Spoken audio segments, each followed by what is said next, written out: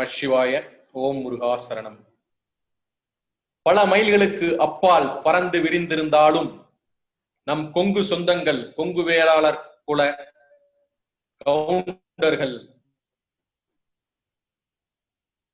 இந்த zoom app காணொளி வாயிலாக இணைந்தமைக்கு மிக்க நன்றி கூறி உங்கள் அனைவரையும் வருக வருக வருக என்று வரவேற்கிறோம்.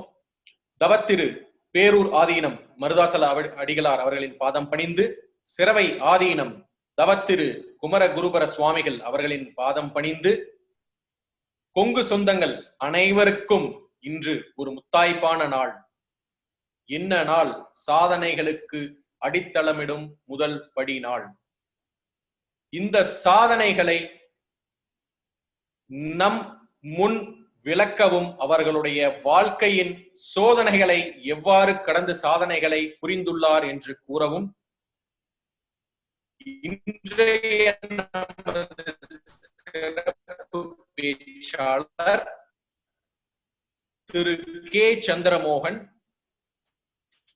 ஃபவுண்டர்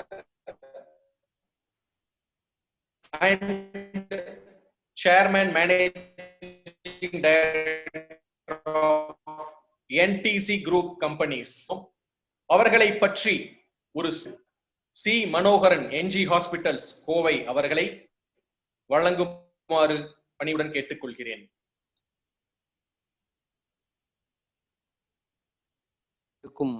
இனிய மாலை வணக்கம்.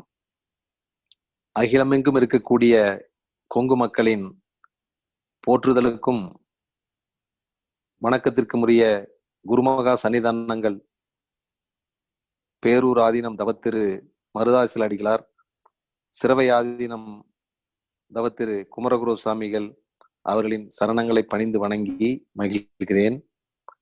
என்னுடைய முன்னுரையை துவங்குகிறேன். இன்றைய நம்முடைய சிறப்பு பேச்சாளர் திரு கே சந்திரமோகன் அவர்கள்.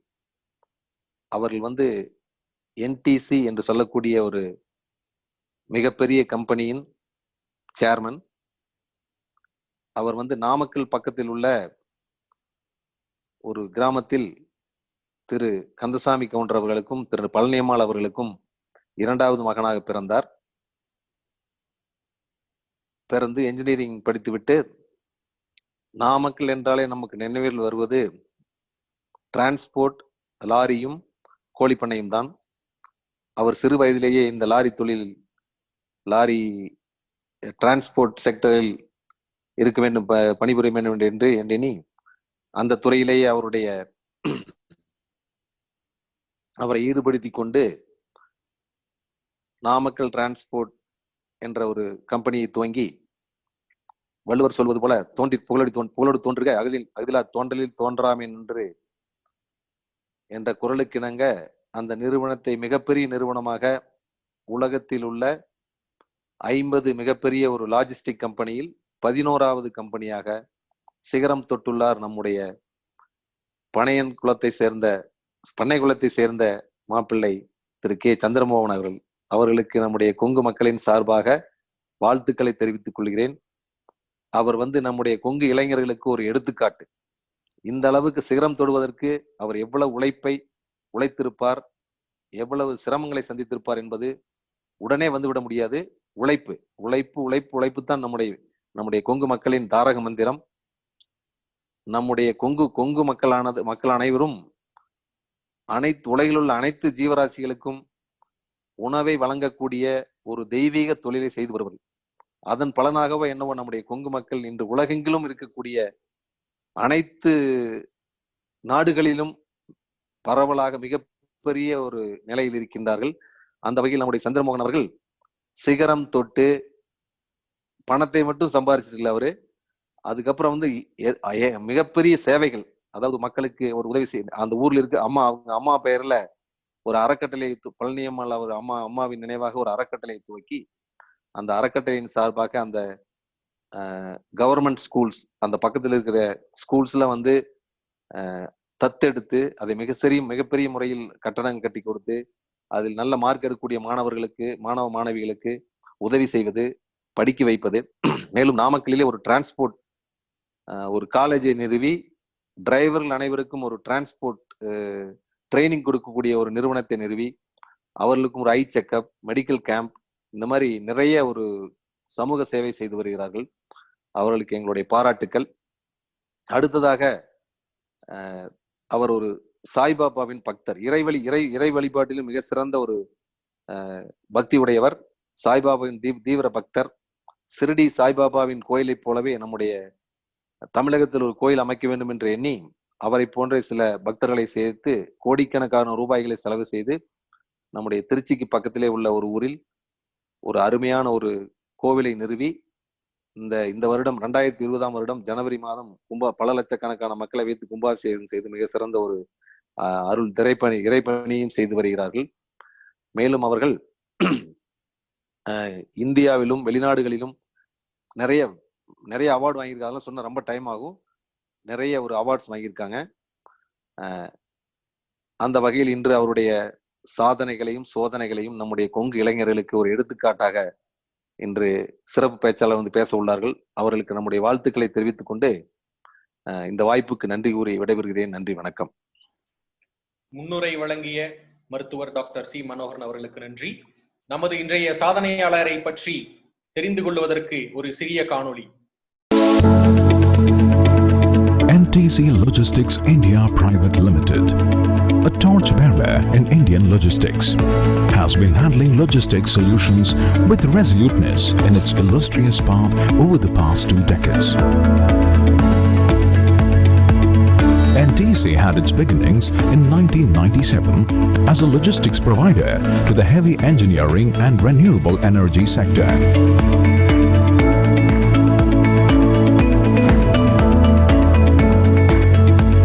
Apart from the flagship company, key companies under its umbrella are Scientech, NTC Infra and Engineering, Everrenew, Shrivari Energy Systems, Power Press Engineers, NTC Training Academy,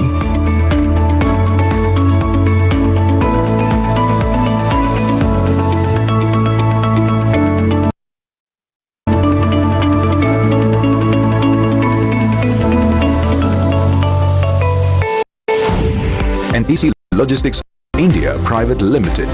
NTC Logistics is an end-to-end multimodal logistics solutions provider with presence stretching across the world through strong agency relationships across Indian subcontinent, China, Asia, Africa, America, Europe and Australia.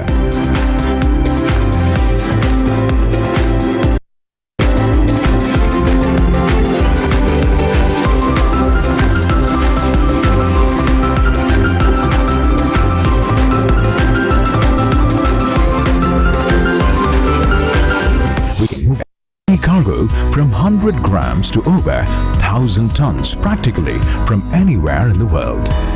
We have a highly qualified and experienced team for moving renewable energy equipment unsurpassed by any other logistics company in India.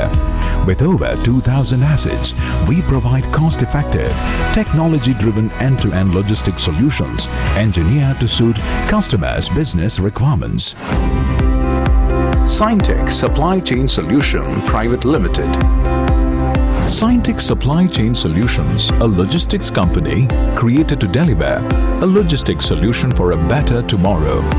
Scientech Supply Chain synchronized warehouse operations, air freight services, truck services, production line, supply chain consultancy, returnable packaging. Seamlessly synchronizes all the parts of supply chain and integrates to deliver a tech-enabled logistics solution. Scientech has a legacy of managing end-to-end logistics solutions across industry sector for leading brands across the globe. Scientech has access to 5 million square feet of warehousing facility and over 45 lakh square feet of existing yard services. In our endeavor to support global clients, Scientech launches state-of-the-art warehouse facility at Penukonda, Andhra Pradesh. With plans planning to commence production, it will be important for the plant suppliers to be in close proximity to supply their parts just in time. JIT, with a total area of 3.5 lakh square feet, the Scientech warehouse will be developed in 3 phases. Phase 1, 1,50,000 square feet by April 2019. Phase 2, 1 lakh square feet by August 2019. Phase 3, 1 lakh square feet by April 2020. Phase 1 is already operational. With state-of-the-art facilities, Scientech Warehouse is designed and developed to offer end-to-end services.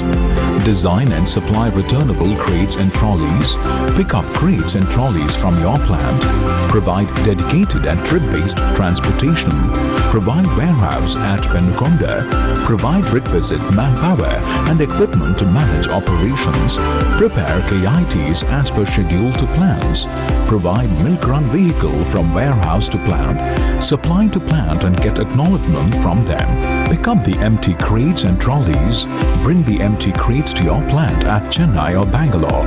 Scientech Warehouse is designed for the future, and Scientech promises to connect, collaborate and co-create an ecosystem that delivers a logistic solutions for a better tomorrow. NTC Infra and Engineering Project Private Limited. NTC Infra was incepted in July 2017. We are into engineering and infrastructure projects with focus on water treatment and management, industrial infrastructure development and power industry.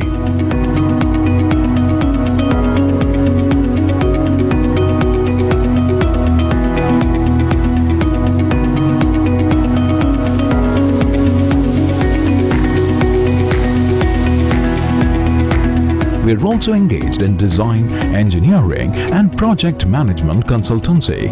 We aim to serve the nation with many more infrastructure projects. Everrenew Energy Private Limited. With our experience and expertise of over 2 decades in the field of logistics, we have emerged as the #1 logistics company. We at NTC focus towards renewable energy, which is the future of mankind. We want to make a difference and contribute to the history of renewable energy. For NTC, it is business expansion and diversification in the renewable energy space after having excelled in logistics of renewables. We have formed a team of experts who will provide the one-stop solution to build renewable energy plants from scratch to its completion. Our services include identification of land to put up wind and solar farms, data analysis to ascertain project viability, obtain necessary permits and approvals to put up a farm of optimum size including allocation for connectivity, aggregation, procurement, registration and conversion of lands, development of farms for civil works which includes layout creation, laying of roads, marking locations, etc. Development of farm for electrical works which include development of internal, external lines, development of substation base, etc. Transportation of equipments to site, installation and erection of equipments with supply of cranes, commissioning of the plant. NTC Everrenew is the preferred partner to the customer. The USP of Everrenew is adherence to timelines, reduction in cost, single window solution, better coordination. Everrenew, connect, collaborate, co-create. Shrivari Energy Systems Private Limited. Shrivari was founded in 2006 as a dedicated engineering company for producing trailers for NTC. Subsequently, we added boiler components, transportation fixtures and windmill components to our product line. We are one of the leading manufacturers of preheater and electrostatic precipitator components. We are partners to Valmet, Finland for their automation solutions. Today, we have built capability to provide turnkey solutions for the power industry. We are presently setting up a state-of-the-art facility in an area of 65 acres near Tuticorin for manufacturing components for the renewable power industry.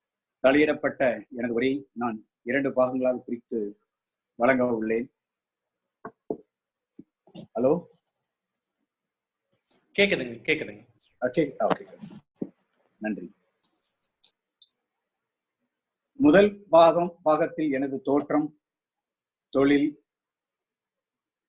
ஏற்பட்ட சவால்கள், சோதனைகள், அவற்றை சமாளித்து வெற்றி கண்டு சாதனைகளை நோக்கி தொடர்ந்து எனது பயணம் போன்ற எனது சொந்த வாழ்வின் அனுபவங்களை தொகுத்து வழங்கவிருக்கிறேன். பாகம் 2 தற்போது கொரோனா தொற்றால் உலகமே, குறிப்பாக பல நாடுகளில் தொழில்துறையை நிலைகுலைந்து அதனால் பல லட்சக்கணக்கான மக்கள் வாழ்வாதாரத்தை இழந்து நிற்கும் இந்த நிலையில் தொழில்துறையை மீட்க எடுக்க வேண்டிய நடவடிக்கை பற்றி எனது கருத்துக்களை பதிவிடவிருக்கிறேன். பாகம் 1. இன்று வரை என்னுடைய தோற்றம், என்னுடைய தனிப்பட்ட வாழ்க்கையினுடைய தோற்றம். நாமக்கல் மாவட்டம், ஏற்கனவே என்னை பற்றி மாமா அவர்கள் அற்புதமாக அறிமுகப்படுத்தினார்கள். ஸோ அந்த அறிமுகம் அனைவரும் கேட்டிருப்பீர்கள். நான் நாமக்கல் மாவட்டம் கீழ்சாத்தம்பூர் கிராமத்தில் ராசாம்பாளையம் என்ற ஒரு சிறிய ஊரில் ஒரு சிறு விவசாய குடும்பத்தில் 1970ஆம் ஆண்டு நான் பிறந்தேன். எனக்கு ஒரு மூத்த சகோதரர். நான் பண்ணைக்குளத்தை சார்ந்தவன். நான் இளையவன். என்னுடைய மூத்த சகோதரர் கல்லூரியில் பேராசிரியராக பணியாற்றி வருகிறார். தலைமுறையாக விவசாய குடும்பத்திலே ஈடுபட்டு வந்த குடும்பத்தில் நானே முதல் தலைமுறை தொழில் முனைவர்.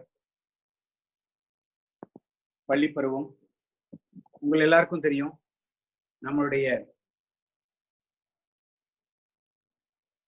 ஆரம்ப காலத்திலே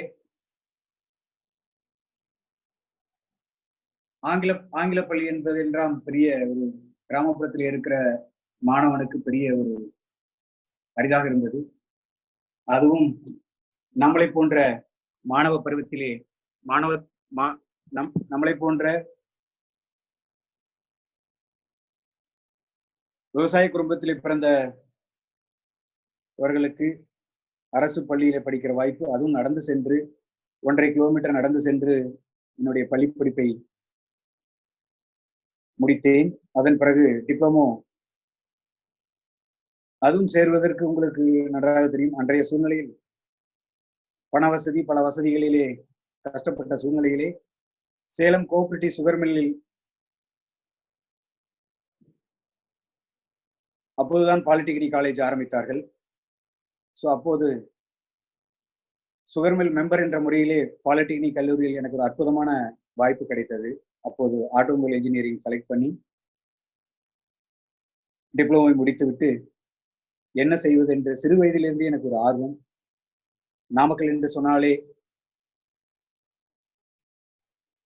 டிரான்ஸ்போர்ட் தொழிலும் கோழி தொழிலும், டிரான்ஸ்போர்ட் தொழிலும், அதுவும் கிராமப்புறத்திலே வீட்டுக்கு ஒருவர் டிரான்ஸ்போர்ட் தொழில், அது ஓனராக இருப்பார் அல்லது ஓட்டுநராக இருப்பார் அல்லது மற்ற வேலைகளில் இருப்பார். சிறுவயது முதலே எனக்கு ஒரு லாரி வாங்கி வாழ்க்கையில் ஓனராக வேண்டும் என்ற ஒரு ஆசை சிறுவயதிலே இருந்து கொண்டிருந்தது. எவ்வாறு செய்வது என்று எனக்கு தெரியவில்லை. அதன் பிறகு சில நண்பர்கள் மூலமாக தனியார் டிரான்ஸ்போர்ட் கம்பெனியிலே வேலைவாய்ப்புக்கு அணுகி அதன் மூலம் ராணிப்பேட்டை கிளையிலே வேலை செய்தேன். கிளர்க்காக ஆரம்பித்து 850 ரூபா சேலரியில் ஆரம்பித்து பிரான்ச் மேனேஜர் வரைக்கும் என்னுடைய பணியை செய்தேன். அங்குதான் என்னுடைய ஆரம்பகால வாழ்க்கை ஆரம்பித்தது. அதன் பிறகு 1997ஆம் ஆண்டு என்னுடைய 27வது வயதிலே தொழில் தொடங்க வேண்டும் என்ற என்னுடைய எண்ணத்தை கடவுளுடைய ஆசீர்வாதம் சென்னையிலே போய் நாமக்கல் டிரான்ஸ்போர்ட் கேரியர் என்ற நிறுவனத்தை தொடங்கினேன். அப்போது என்னுடைய கிராஜுவேட்டி, என்னுடைய செட்டில்மெண்ட் எல்லாம் சேர்த்து 2,27,000 ரூபாய் செட்டில்மெண்ட் வந்தது. அதை வைத்துதான் தொழில் தொடங்கினேன். அந்த தொழிலே பல சவால்கள். அதாவது ஒன்று வந்து பாத்தீங்கன்னா, ஆரம்ப கால தொழில் முனைவோருக்கு இருக்கக்கூடிய அனைத்து சவால்களும். ஒன்று தொழில், இரண்டாவது பண கஷ்டம். இது அனைத்தையும் எவ்வாறு சமாளித்தோம் என்றால், உண்மையிலுமே வந்து தன்னம்பிக்கையும் விடாமுயற்சியும். அந்த தன்னம்பிக்கை, அதாவது தினசரி சமாளித்த சவால்கள். அதாவது ஒரு பக்கம் தொழில் எடுக்க வேண்டும், தொழில் எவ்வாறு செய்ய வேண்டும் என்று ஒரு புறம், இன்னொரு புறம் எவ்வாறு, அதாவது ஆரம்ப கால தொழில் முனைவோருக்கு நம்முடைய வங்கிகள் வந்து நமக்கு எவ்வாறு உங்களுக்கு தெரியும் துணை நிற்கும் என்று. அதிலும் குறிப்பாக இளம் வயதிலே தொழில் முனைவோருக்கு அதுவும் பயம். அந்த காலகட்டத்திலே டிரான்ஸ்போர்ட் ஆரம்பித்து ஒரு வண்டி கூட இல்லாமல் தொழிலை தொடங்கி மார்க்கெட்டிலே வண்டிகளை எடுத்து ஜெனரல் டிரான்ஸ்போர்டேஷன் என்று சொல்வார்கள். அதை 97ஆம் ஆண்டிலிருந்து 2000ஆம் ஆண்டு வரை செய்து கொண்டிருந்தேன். அப்போது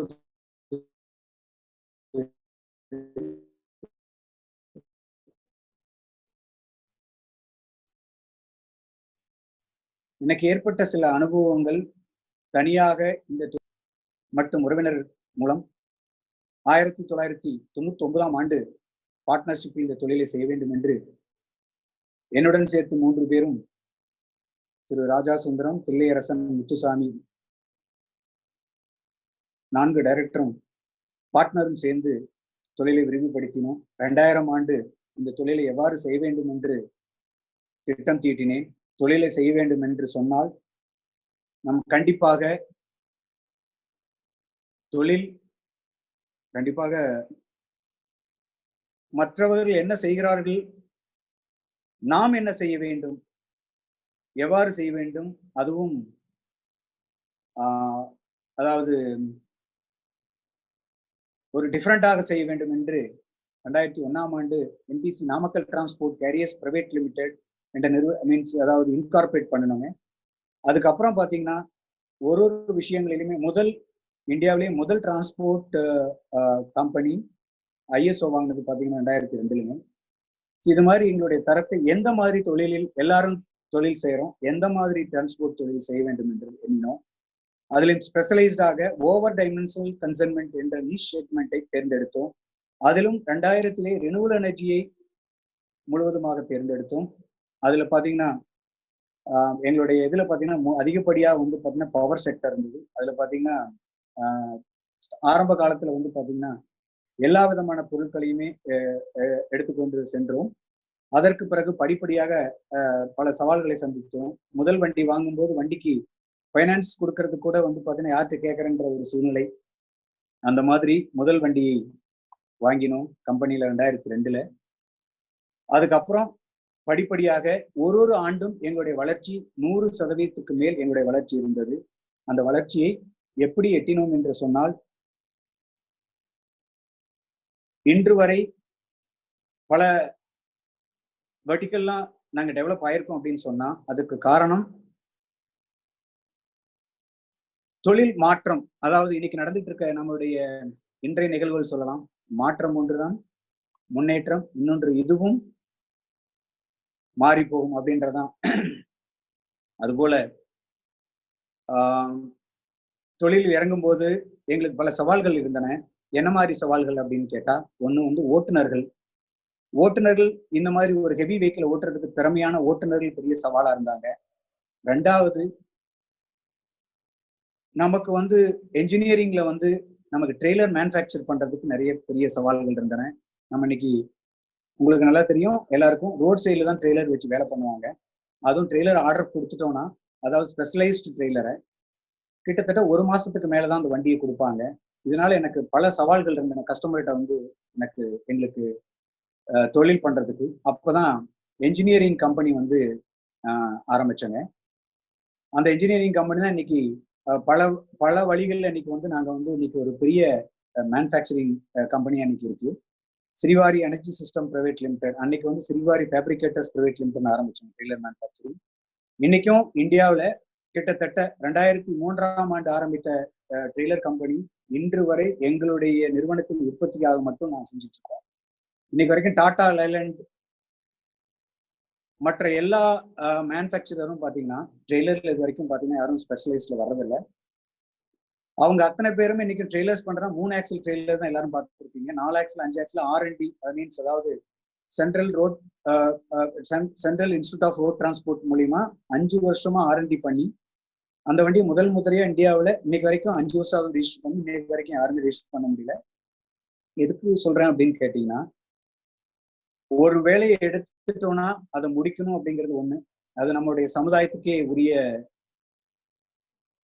ஒரு உணர்வு. சொல்ல போனா ரத்தம். அதுல இருந்து பாத்தீங்கன்னா இன்னைக்கு எங்களுடைய வெஹிக்கிள் எல்லாம் வந்து பாத்தீங்கன்னா, எனக்கு வந்து இந்தியாவில் இருக்கிற வெஹிக்கிளை வச்சு ரன் பண்றது எனக்கு பெரிய சவாலா இருந்தது. ஏன்னா 50 டன்னுக்கு மேல வண்டி இழுத்துட்டு போற வண்டிக்கு வந்து பெரிய சவால்கள் இருந்தன. அப்போது என்ன செய்ய வேண்டும் என்று எண்ணி, அப்போதான் வால்வோல முதல் வண்டி வால்வோல நாங்க தான் எங்கள்கிட்ட இன்னைக்கு இருக்கு 001 இன்வாய்ஸ். நான் வந்து ரொம்ப ஏன்னு கேட்டா, இன்னைக்கு வந்து நம்ம இன்னைக்கு நிறைய விஷயத்துல வந்து நம்மளுடைய நாடு முன்னேறிட்டு இருக்கு.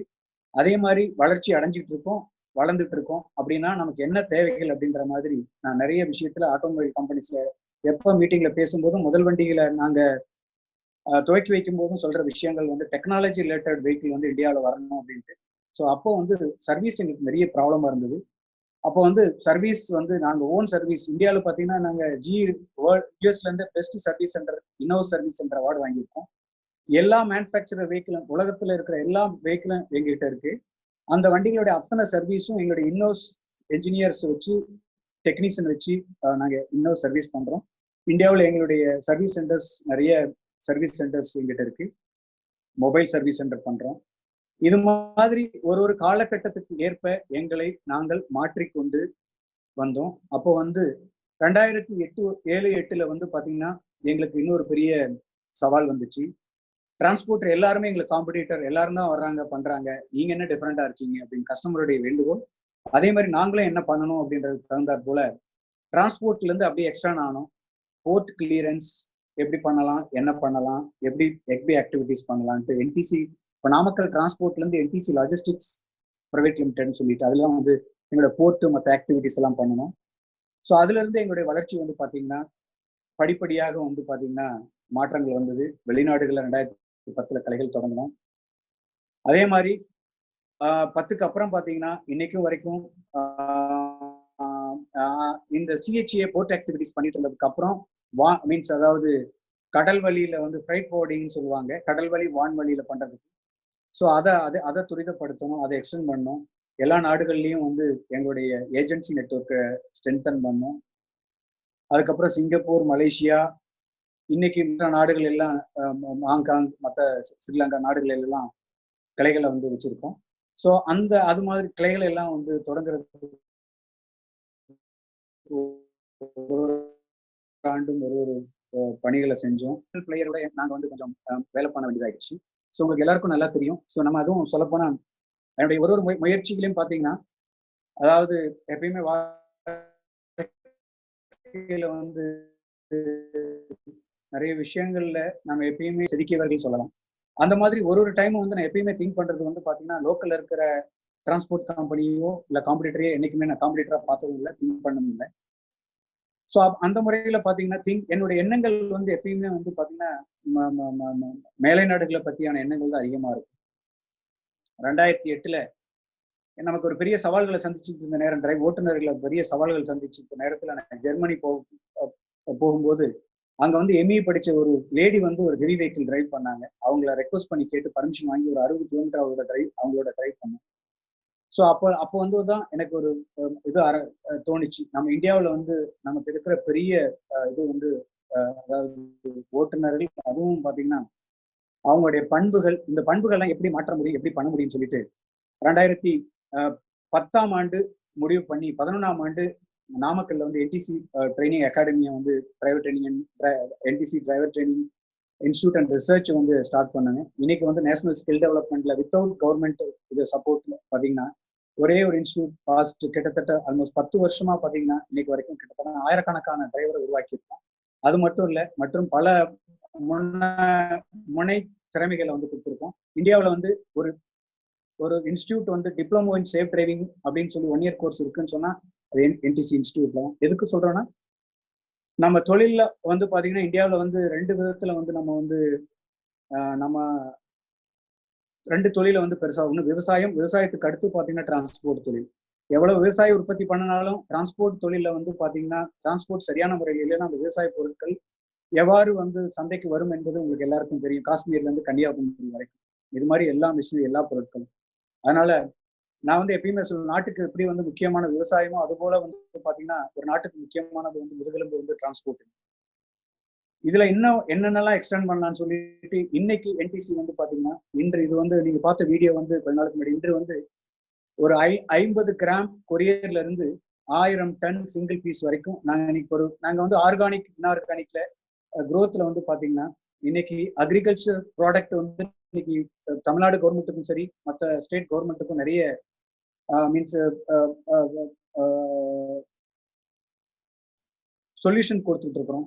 எப்படி விவசாயிகளுக்கு வந்து நேரடியா எப்படி விவசாய பொருட்களுக்கு நல்ல விலை கிடைக்கணும்னு சைன்டெக் சப்ளை செயின் சொல்யூஷன் மூலியமா நிறைய சொல்யூஷன்ஸ் கொடுத்துட்டு இருக்கோம்.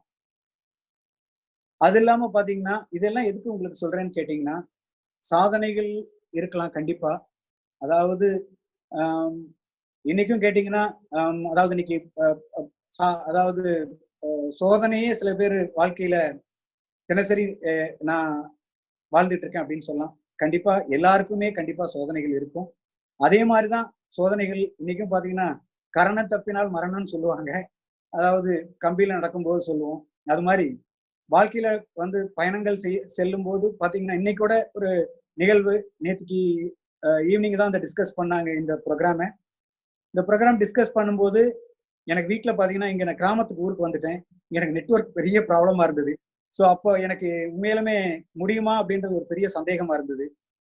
கண்டிப்பா முடியும், பண்ண முடியும் அப்படின்ட்டு உடனே ஏர்டெல் ஃபோன் பண்ணுங்க. இன்னைக்கு ஒரு பெரிய டவர் ஒரு ரிசீவர் வச்சு இன்னைக்கு 4 மணிக்குள்ள வந்து பாத்தீங்கன்னா ஃபிக்ஸ் பண்ணிவிட்டாங்க. எதுக்குன்னா அதாவது முடியாதுன்னு கண்டிப்பா அவாய்ட் பண்ணிருக்கலாம், பேசலாம். நம்ம சொந்தங்களை சந்திக்கிறது மட்டும் இல்லைங்க. அதாவது இன்னைக்கு இளம் தலைமுறைக்கு வந்து என்ன தேவை அப்படின்ற நிறைய விஷயங்கள் இருக்கு. ஏன்னா இன்னைக்கு இது எனக்கு தெரியும் சரியான தருணம். ஏன்னா நம்ம இந்த தருணத்துல வந்து பாத்தீங்கன்னா இங்க எனக்கு கொஞ்சம் சில இடைஞ்சல்கள் அப்படின்னு சொல்ல முடியாது. இது எனக்கு மேலும் முதல் என்னுடைய இன்னைக்கு வரைக்கும் என்னுடைய பிசினஸ் கால்ஸ் எல்லாமே என்னால வீடியோ கால் பண்ண முடியாம இருந்தேன். இன்னைக்குதான் ஃபர்ஸ்ட் இது எனக்கு ஒரு அற்புதமான வாய்ப்புன்னு கூட நான் சொல்லலாம். இந்த வாய்ப்பு இன்னைக்கு வந்து இது எல்லாமே எனக்கு ஒரு வாய்ப்பா நான் வந்து எப்படி எடுத்துக்கிட்டேன்னா, நான் வந்து எனக்கு எங்க வந்து இப்ப நீங்க போயிட்டு இருக்க ஒரு ரோடுல ஒரு சின்ன இட்டாலி போயிட்டு, நம்ம ஊர்ல சொல்லுவாங்க இட்டாலி போயிட்டு இருக்கு, அந்த இட்டாலிக்கு என்ன போனா முள்ளு இருக்கும். ஸோ அப்படின்னா அதை சரிப்படுத்தினா மட்டும்தான் ரோடு போட முடியும். அந்த மாதிரி ஒரு ஆறு ஒரு பெரிய ஆறு உருவானா சில கிளை நதிகள் இருந்தாதான் அந்த ஆறு உருவாகும். அது மாதிரி ஸோ எனக்கு எப்பப்ப அந்த கிளைகள் வாய்ப்புகள் வருதோ அந்த வாய்ப்புகளை எப்படி வந்து நம்ம வந்து அதை பயன்படுத்திக்க வேண்டும். அது மட்டும் இல்ல, அதை பற்றி ஒரு சரியான சிந்தனையும் அதை பற்றி சரியான தெளிவும் எடுத்த பிறகு அதை முடிவெடுக்க வேண்டும். எங்களுடைய இன்னைக்கு பாத்தீங்கன்னா எனக்கு கிடைத்த அத்தனை வாய்ப்புகளையும் நான் வாழ்க்கையில் எப்பயுமே கடவுள் கொடுத்த அத்தனை வாய்ப்புகளையும் நான் நழுவ விட்டதில்லை. அந்த வாய்ப்புகள்லாம் வரும்போது இதுவரைக்கும் 2001 இருந்து இன்னைக்கு 2020 வரைக்கும் எப்படி, அதாவது ஓட்டுநர்களை எப்படி வந்து கௌரவிப்பது, ஓட்டுநர்களை எவ்வாறு நடத்துவது, அதே மாதிரி அட்மினிஸ்ட்ரேட்டிவ் ஸ்டாஃப்ஸ் அப்படின்னா அவர்களை எவ்வாறு நடத்துவது, அவர்களை எவ்வாறு கௌரவிப்பது, அது மாதிரி இன்னைக்கும் வந்து பாத்தீங்கன்னா நான் இன்னைக்கு வரைக்கும் நீங்க வெளியில இருந்து பேசுறவங்களுக்கு சேர்மன் மேனேஜிங் டைரக்டரா இருக்கலாம். இன்னைக்கு 001 அப்படின்னு சொல்லி கார்டு அப்படின்னா என்னோட எம்ப்ளாயி கார்டு, ஃபர்ஸ்ட் கார்டு என்னோட கார்டு. இன்னைக்கும் நான் பெருமையா கார்டு மாட்டிட்டு ஆஃபீஸ்க்கு போவாங்க. அதனால இன்னைக்கும் வந்து பாத்தீங்கன்னா எங்களுடைய குரூப்ல இன்னைக்கு வரைக்கும் டிவிடெண்டோ இல்ல பண்ணது கிடையாது. இன்னைக்கும் வேர் ஆல் சேலரி பீப்புள் மாதிரி தான் ஒர்க் பண்ணிட்டு இருக்கோம். மேபி ஓனர்ஸ் அப்படிங்கிறது, இன்வெஸ்டர் அப்படிங்கிறது வேற பார்த்துங்க. பட் நம்மளோட டெடிகேஷன், இன்வால்வ்மெண்ட் ஃபர்ஸ்ட் நம்ம ஆஃபீஸ் திறக்கும் போது நம்ம இருக்கிறோமோ அதே மாதிரி க்ளோஸ் பண்ணும்போது எப்படி ஸ்கூல் ஹெட்மாஸ்டர் எப்படி இருக்காரோ அந்த மாதிரி. ஸோ அது மாதிரி தான் இன்னைக்கு வரைக்கும் பல சவால்களை சந்திச்சிருக்கோம். அதாவது இது எனக்கு தெரிஞ்சு கொடுத்த டைம் வந்து சரியான நேரம். அதனால இதுக்கு அடுத்து வரக்கூடிய சில நிகழ்வுகள் இருக்கின்றன. அது வந்து பாத்தீங்கன்னா உங்களுக்கு எல்லாருக்கும் நல்லா தெரியும்.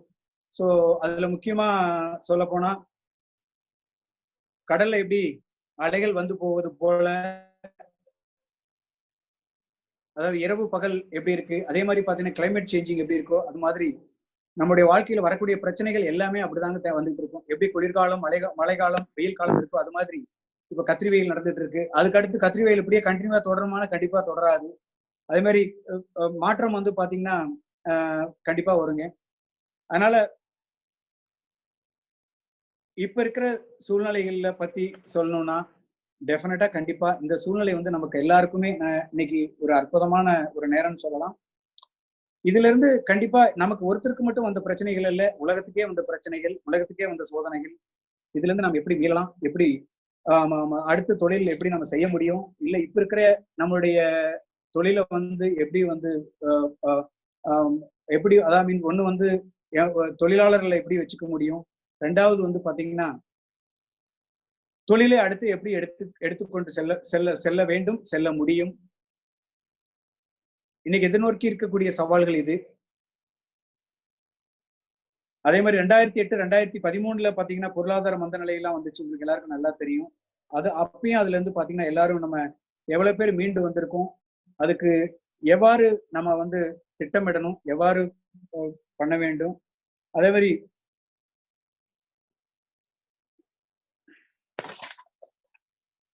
உழவன் எப்படி வந்து காலத்தை மழை காலத்தை எதிர்பார்த்து முன்கூட்டியே விதைய நிலத்தையும் தயார்படுத்தி வச்சிருப்பாங்களோ அது மாதிரி நம்ம இந்த நேரத்தை வந்து நம்ம வந்து அடுத்து வந்து நான் பிறந்த நாள் எத்தனைக்கும் எனக்கு இப்ப 50 வயசா போகுது, இது வரைக்கும் பார்க்காத இந்த 2 மாத காலம் நமக்கு ஒரு பீனிக்ஸ் பறவை போல நம்ம வந்து நம்முடைய அடுத்த எதிர்நோக்கி வரக்கூடிய சவால்களை எப்படி சந்திக்கலாம், எப்படி சந்திப்போம் என்று பார்ப்போம். ஏதாவது இதில் கேள்விகள் ஏதாவது இருந்தால் கேட்கலாம். மிக ரத்தின சுருக்கமாக உங்களது உரையை முடித்துவிட்டு நீங்க கொடுத்த நேரம் வந்து பார்த்துக்கிட்டே இருக்கக்கூடிய ஒரு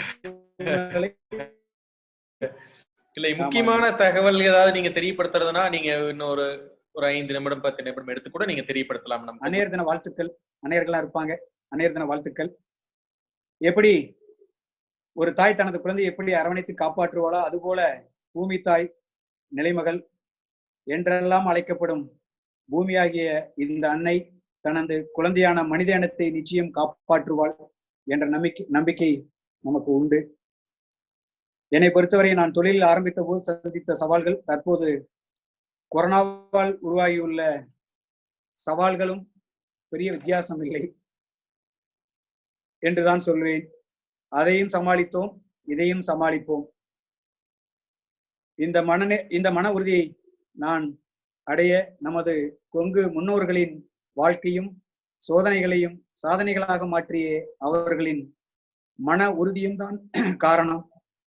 நம்ம குலத்தொழில் விவசாயம், பொன்னர் சங்கர் கதை, தங்காய் கதைகள்லாம் நம்ம கேள்விப்பட்டிருக்கோம். இன்று விவசாயம் மட்டுமின்றி உலகில் உள்ள அனைத்து தொழில் துறையிலும் தனக்கென தனியிடம் பிடித்து முத்திரை பதித்து முன்னோடியாக திகழ்கிறது நம்முடைய கொங்கு சமுதாயம் என்பது மிகவும் பெருமைக்குரிய விஷயம். நேர்மையான கண்ணோட்டத்துடன் பார்த்தால் கொரோனா கூட சில நன்மைகளை செய்திருக்கிறது. சேராத உறவுகளை சேர்த்து எப்போதும் எந்திரமான பரபரப்பான வாழ்க்கைக்கு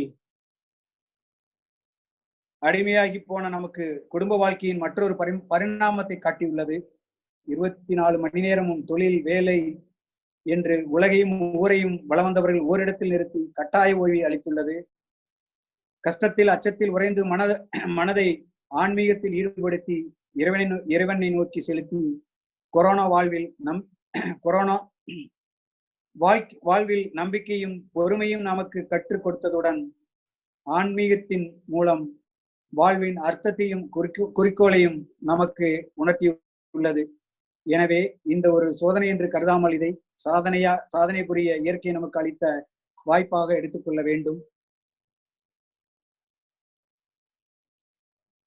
என்னுடைய சொந்த அனுபவத்தை பற்றி ஏற்கனவே சொன்னேன். சோதனை என்று சொன்னால் ஒன்றை கூறிக்கொள்ள உங்கள் அனைவருக்கும் விரும்புகிறேன். 98ஆம் ஆண்டு 14 பேர்களை கொண்டு தொழில் நடத்தி கொண்டிருந்த காலத்தில் எனக்கு ஏற்பட்ட ஒரு சிறிய அனுபவம். அப்போது எனக்கு அரசாங்க வேலையும் வந்து விட்டது. அரசு வேலைக்கு போகலாமா அல்லது தொழிலை நடத்தலாமா என்று. அந்த நேரத்திலே தீபாவளி வந்தது. தீபாவளி போனஸ் அப்போ ஊக்கத்தொகை போட்டுவிட்டு கேஷ் பாக்ஸில் பார்க்கும்போது 50 ரூபாய் தான் இருந்தது. வாழ்க்கையில் இன்றும் எனக்கு அந்த தீபாவளி போல எந்த தீபாவளி இருந்ததில்லை. ஸோ அந்த 50 ரூபாயை எப்படி தீபாவளி கொண்டாடணும் என்றால், உண்மையிலுமே அன்னைக்கு பார்த்தீங்கன்னா மார்வாடிகிட்ட கூட போய் யார்கிட்டையும் கடன் வாங்க முடியாது. ஏன்னா தீபாவளிக்கு முதல் நாள் யாருக்கும் கடன் கொடுக்க மாட்டாங்க. அன்னைக்கு பைக் வண்டி விட்டுட்டு நடந்தே பக்கத்துல வீட்டுக்கு போயிட்டு அன்னைக்கு அந்த 50 ரூபாயில 32 ரூபா கிலோ சிக்கன் அடுத்த நாள் தீபாவளிக்கு எடுத்து சமைச்சிட்டு 18 ரூபாய் இருந்ததுங்க. எங்க வீட்டுக்கு ஒரு எப்பாவது ஒரு ஊமை ஒருத்தவங்க வருவாங்க, அவங்க கேட்டாங்க. அந்த 18 ரூபாயும் கொடுத்துட்டோம். 1 ரூபாய் கூட இல்லாம 98ஆம் ஆண்டு தீபாவளியை வந்து கொண்டாடினோம். ஸோ வாழ்க்கையில எதுக்கு சொல்றேன்னா, கண்டிப்பா ஒண்ணு விஷயங்க, மன உறுதியும் தன்னம்பிக்கையும் கடவுள் நம்பிக்கையும் இருந்தால் கண்டிப்பாக சோதனைகள் எல்லாத்தையும் கண்டிப்பாக சாதனை ஆக்க முடியும். இன்று கூட பாத்தீங்கன்னா உங்களுக்கு எல்லாருக்கும் ஒரு கேள்வி இருக்கலாம். ஸோ உங்களுக்கு எவ்வளவு எம்ப்ளாயி இருக்காங்க, எவ்வளவு ஓட்டுநர்கள் இருக்காங்க, இவர்களை எப்படி சமாளிக்கிறீர்கள் என்ற கேள்வி கண்டிப்பா எல்லாருக்கும் தோன்றும். உண்மையிலுமே ஒரு பெரிய இன்னைக்கும் பாத்தீங்கன்னா 1000க்கும் மேற்பட்ட டிரைவர்கள் வந்து இன்னைக்கும் வண்டியில இருக்காங்க. எங்க தொழில் உங்களுக்கு நல்லா தெரியும். பூட்டி வைக்கக்கூடிய கேட் விட்டு ஒரு ஃபேக்டரியா இருந்ததுன்னா, ஒரு ஃபேக்டரிக்குள்ள ஏன்னா இன்ஜினியரிங்ல இருக்கும். இன்ஜினியரிங்ல ஒரு கேட்டை போட்டு ஒரு கேட்டை பூட்டிட்டோம்னா முடிஞ்சிருச்சு. எங்க தொழில் அப்படி இல்லை. இந்தியா பூரா வண்டிகள் நிற்கிறது. அதுவும் எங்க வண்டி மற்ற வண்டி மாதிரி கொண்டு போய் பார்க் பண்ணக்கூடிய வண்டிகளும் அல்ல. இந்த வண்டிகளை இன்னைக்கு உண்மையிலுமே அதாவது எங்களுடைய இன்னைக்கு பாத்தீங்கன்னா எங்களுடைய சொத்து அப்படின்னு சொன்னா எங்களுடைய அதாவது சக தோழர்கள் சொல்லலாம். அதாவது ஒண்ணு பாத்தீங்கன்னா ஓட்டுநர்கள், இன்னொன்னு பாத்தீங்கன்னா எங்க சக ஊழியர்கள். அவங்கதான் இன்னைக்கு பாத்தீங்கன்னா எங்களுடைய எப்படின்னு கேட்டா, தானா வாழ்கின்ற எங்களுக்கு வந்து ஏப்ரல் மாசம் வந்து எல்லாருக்கும் நாங்க முழுமையான சம்பளம் கொடுத்து மார்ச் மாதம் ஏப்ரல் மாதத்துல அவங்களாம் வந்து ஒரு கமிட்டி போட்டு எடுத்துட்டு வந்து பிரசன்ட் பண்ணாங்க. எங்களுக்கு எப்படி அடுத்த இன்னும் 6 மாதத்திற்கு இந்த தொழில் எப்படி இருக்கும், இந்த தொழில் என்ன மாதிரி சவால்களை சந்திப்போம். இன்னைக்கு வரைக்கும் பாத்தீங்கன்னா எல்லாருக்குமே வந்து ஏப்ரல் மாதம் சம்பளத்தையும் கொடுத்து விட்டோம். வரக்கூடிய நாட்கள்ல வந்து பாத்தீங்கன்னா கண்டிப்பா எதிர்கொள்ற நாட்கள் வந்து கண்டிப்பா நமக்கு ஒண்ணு வந்து முதல்ல தொழில் துவங்குதல். அந்த தொழிலை துவங்குவதற்கு நமக்கு இன்னைக்கு நம்முடைய கஜானான்னு சொல்லுவோம், நம்மளுடைய பேங்க்ல இருக்கக்கூடிய பணத்தை நம்ம எப்படி பாதுகாக்கிறோம் இல்ல எப்படி வச்சிருக்கோம் அப்படின்னா, இன்னைக்கு நாங்க உண்மையிலுமே வந்து பெரிய சேலஞ்சு தான் எல்லாருக்கும். அடுத்து இன்னும் 6 மாசம் செப்டம்பர் வரைக்கும் சொல்ல போனா ரெண்டு குவார்ட்டருமே நமக்கு வந்து கண்டிப்பா எதிர்கொள்ளக்கூடிய சவால்கள். அதுல குறிப்பா சொல்ல போனீங்கன்னா எங்களை மாதிரி தொழில் உள்ளவங்களுக்கு வந்து அதுவும் டிரான்ஸ்போர்ட் தொழில் உள்ளவங்களுக்கு வந்து பாத்தீங்கன்னா பெரிய சவால். இன்னைக்கு இந்தியாவிலேயே பாத்தீங்கன்னா நீங்க எல்லாரும் கேள்விப்பட்டிருப்பீங்க. ஸோ இறக்கி முடிஞ்சு அப்படின்னு இல்லாம நாங்க இன்னைக்கும் அவங்களையும் அவங்க அதுல இல்ல ப்ராஃபிட் பண்றோமா நீங்க இன்னொரு கேள்வி கேட்கலாம். இல்ல அந்த அவ்வளவு தொழில நீங்க பணம் வச்சிருக்க அப்படி இல்லை. கையாளுதல் முறை ஒண்ணு இருக்கு.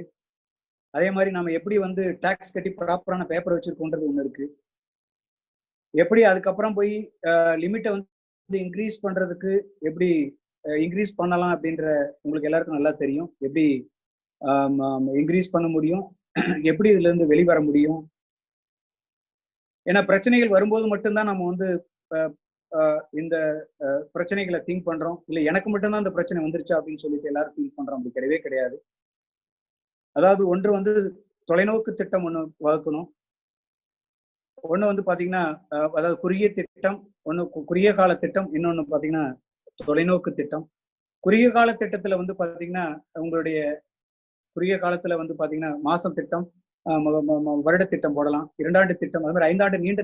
எதுக்குன்னா இன்னைக்கு நடக்கக்கூடிய உலகத்தினுடைய நடப்புகள், ஊரினுடைய நடப்புகளை தெரிஞ்சு அதுக்கு தகுந்த மாதிரி திட்டங்களுடன் செயல்படணும். நாங்க பாத்தீங்கன்னா எங்களுடைய அத்தனை சப்ளையர்களுக்கும், அத்தனை எங்களுடைய ஆபீஸ், மற்ற எங்களுடைய வேர்ஹவுஸ் எல்லா அதாவது அந்த நில உரிமையாளர்களுக்கும் நாங்க வந்து எல்லாருக்குமே வந்து வேண்டுகோள் கொடுத்துட்டோம். இன்றைய சூழ்நிலையில் நாங்க வந்து மார்ச் மாதத்திலேயே நாங்க எல்லாருக்கும் வந்து வேண்டுகோள் விட்டுட்டோம். நாங்க வந்து முழு தொகையை எங்களால் கண்டிப்பா கொடுக்க முடியாது. இந்த 6 மாத காலகட்டம் கண்டிப்பாக தொழிலில் நமக்கு நாங்கள் சந்தித்து வர்ற எல்லாரும் சேர்ந்து வர்ற ப்ராப்ளம். அதனால எல்லாருமே ஒத்துக்கிட்டாங்க. இன்னைக்கு அதுல பாத்தீங்கன்னா ஒரு பெரிய மாற்றம் எல்லாருக்கும் முன்னாடி. அதே மாதிரி பாத்தீங்கன்னா உங்களுக்கு RBI நார்ம்ஸ் கொடுத்திருந்தாங்க, உங்களுக்கு தெரியும். முதல் குவார்டர், 2ஆம் குவார்டர்ன்ட்டு. அதுலயும் பேங்க் எல்லாருக்கும் லெட்டர் கொடுத்துருக்கோம். அதே மாதிரி எங்களுடைய கஸ்டமர்கிட்ட இடத்துல எல்லாருக்கிட்டையும் நாங்க வேண்டுகோள் கொடுத்தோம். என் கஸ்டமர்கிட்ட எல்லார்கிட்டையும் வர வேண்டிய பணங்களை தயவு செஞ்சு சரியான நேரத்துல கொஞ்சம் கொடுங்கன்னு சொல்லிட்டு எல்லாருக்கும். அதே மாதிரி எங்களுடைய எம்ப்ளாயி அத்தனை பேரையும் பாத்தீங்கன்னா இன்னைக்கு ஒரு அற்புதமான விஷயம் இன்னொன்னு கேட்கலாம். நீங்க எப்படி தொழில் நடத்துறீங்க? டெக்னாலஜி தான் உண்மையிலுமே. நாங்க வந்து பாத்தீங்கன்னா டிரான்ஸ்போர்ட்ல வந்து இப்ப இந்த பண பரிமாற்றம் பிரச்சனைகள் வர்றதுக்கு முன்னாடி 10 வருஷத்துக்கு முன்னாடியே நாங்க வந்து டிஜிட்டலைஸ், நாங்க எல்லாம் கார்டு மூலியமா தான் பண பரிவர்த்தனை வந்து நாங்க செஞ்சுட்டு இருந்தோம். அந்த டிரான்சாக்ஷனால நாங்க உண்மையிலுமே அதுல இருந்தும் நாங்க வந்து எந்த ஒரு பிரச்சனையும் இல்லாம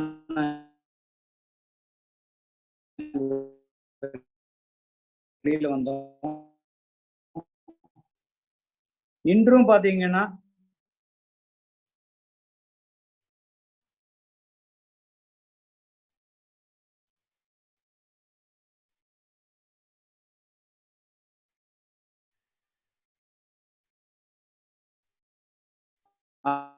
அதே போல இருக்கிறது. நீங்க ஏஜ் சொன்னதை வந்து எல்லாரும் ஒரு காம்ப்ளிமெண்ட் உங்களுக்கு கொடுத்திருக்காங்க. அந்த ஒரு காம்ப்ளிமெண்ட்டை வச்சுட்டு நீங்க கேட்ட ஒரு நம்ம கொங்கு சொந்தங்கள் கேட்ட கேள்விகளுக்கு நீங்கள் பதில் கூறியிருப்பது மிகவும் ஆச்சரியம். இந்த கேள்விகள் கேட்டவங்களுக்கு தெரியும். நீங்க சொன்னீங்க விடாமுயற்சி, தன்னம்பிக்கை, கடவுள் நம்பிக்கைன்னு சொன்னீங்க. நீங்க சொல்லாத ஒரு ரகசியம் வந்து உங்களுடைய தீர்க்க பார்வை.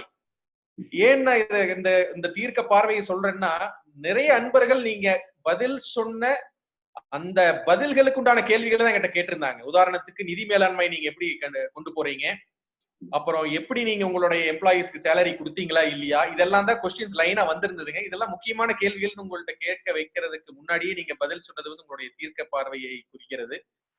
இப்போ சில கேள்விகள் வந்து நம்ம அன்பர்கள் கேட்டிருக்காங்க. அதாவது நம்ம கொங்கு சொந்தங்கள் நிறைய பேர் ஈரோடு, சேலம், நாமக்கல் மற்ற ஊர்களில் வந்து டிரான்ஸ்போர்ட் தொழிலில் ஈடுபட்டு கொண்டிருக்கிறார்கள். ஆனால் அவர்களுக்கு ஒரு சிறு தோல்வியோ அல்லது சிறு இடையூறோ ஏதாவது ஒன்று நடந்தால் கூட அவர்கள் மேற்கொண்டு அந்த தொழிலை சரிவர செய்து முடிக்க முடியாத ஒரு இக்கட்டான சூழ்நிலைக்கும் ஒரு மன தளர்ச்சியும் ஏற்பட்டு விடுகிறது. இது எப்படி நீ உங்க தொழில சரி செஞ்சுக்கிட்டீங்க, எப்படி நீங்க ஜெயிச்சு வந்தீங்க அப்படிங்கறது? நம்ம எப்பயுமே வந்து நம்ம தொழில நம்ம கிட்ட இருக்கிற ஒரு எப்படி சொல்லலாம், பக்கத்து நிலத்துக்காரன் என்ன போடுறான், இல்ல பக்கத்து வீட்டுக்காரன் என்ன பண்றான், இல்ல பக்கத்துக்கு அவன் என்ன பண்றான்றத நம்ம அதிகமா திங்க் பண்றோம். நான் முன்னாடியே இதுக்கு ஒரு பதிலுங்க. இது பாத்தீங்கன்னா இந்த பிரச்சனைகள், இது மாதிரி பிரச்சனைகள் வரும்ன்றது முன்கூட்டி நம்ம திட்டமிட்டு இருக்கணும். 1. 2வது, உங்களுக்கு ஏற்கனவே முன்னாடியே சொன்னேன் நானு, 2013, 8 இப்ப சமீப காலத்திலேயே பாத்தீங்கன்னா டிரான்ஸ்போர்ட் தொழில் கடந்த 2 ஆண்டுகளாவே வந்து பாத்தீங்கன்னா சரியில்லாத ஒரு சூழ்நிலை தான் டிரான்ஸ்போர்ட் தொழில். ஏன்னா ஹெவி இண்டஸ்ட்ரீஸ் எல்லாமே உங்களுக்கு தெரியும். இந்த பண பரிவர்த்தனைக்கு அப்புறம் பாத்தீங்கன்னா பல சூழ்நிலையில சந்திச்சதுனால வந்து பாத்தீங்கன்னா ஜிஎஸ்டிக்கு அப்புறம் பாத்தீங்கன்னா டிரான்ஸ்போர்ட் தொழில பெரிய ஒரு மாற்றம் தான். இப்ப இருக்கிற சூழ்நிலைகள்ல வந்து சமாளிக்கணும்னா அவங்க வந்து யாரு கூட வந்து அதாவது எந்த வங்கியில வந்து அவங்க தொடர்பு வச்சிருக்காங்களோ அந்த வங்கியை அணுகி அந்த வங்கியில அவங்க வந்து எங்களுடைய நிலைமை இன்று இப்படி இருக்கிறது, எல்லாருக்கும் தான் இருக்கு, எடுத்து சொல்லி அதிலிருந்து ஏன்னா இது வந்து இதுக்கு முன்னாடி நடந்த 2008 இல்லது 13 இல்ல இது 2 வருஷத்துக்கு முன்னாடி வந்த விஷயங்களோ நடந்துட்டு இருந்த விஷயங்களோ அது வந்து இண்டஸ்ட்ரி சம்பந்தப்பட்டது, நாடுகள் சம்பந்தப்பட்டது. ஆனா இன்று நடந்திருக்கிறது எல்லாருக்கும் வந்த விஷயம். அதனால நம்மளுடைய அரசாங்கமும் சரி, நம்மளுடைய வங்கிகளும் சரி ரெடியா இருக்காங்க.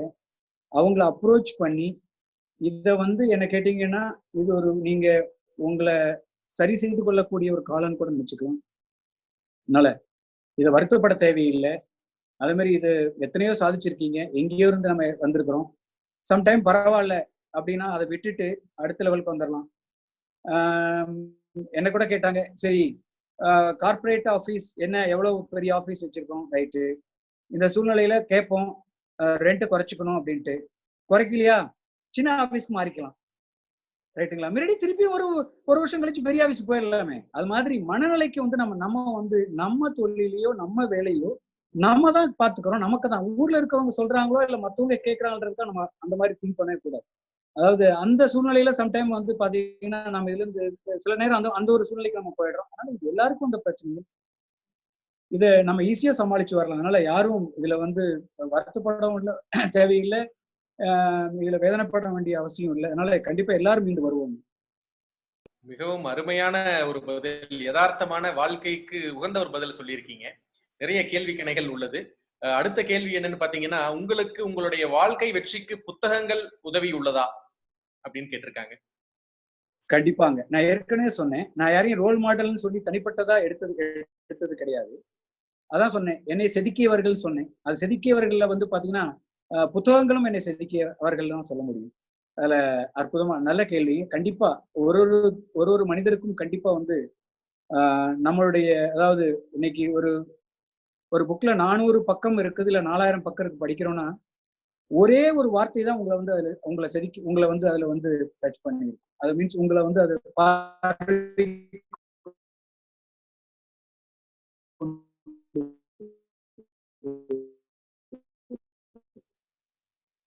அந்த மாற்றம் வந்து உங்களை வந்து ஒரு பெரிய வாழ்க்கையில் கண்டிருச்சு. ஆடியோ புக் வந்துருச்சு, நிறைய புக் வாசிக்கலாங்க. என்னுடைய மாற்றத்துக்கு கண்டிப்பாங்க என்னை செதுக்கியவர்கள புத்தகமும் ஒன்று. மிக்க நன்றிங்க. இப்ப அடுத்த கேள்வி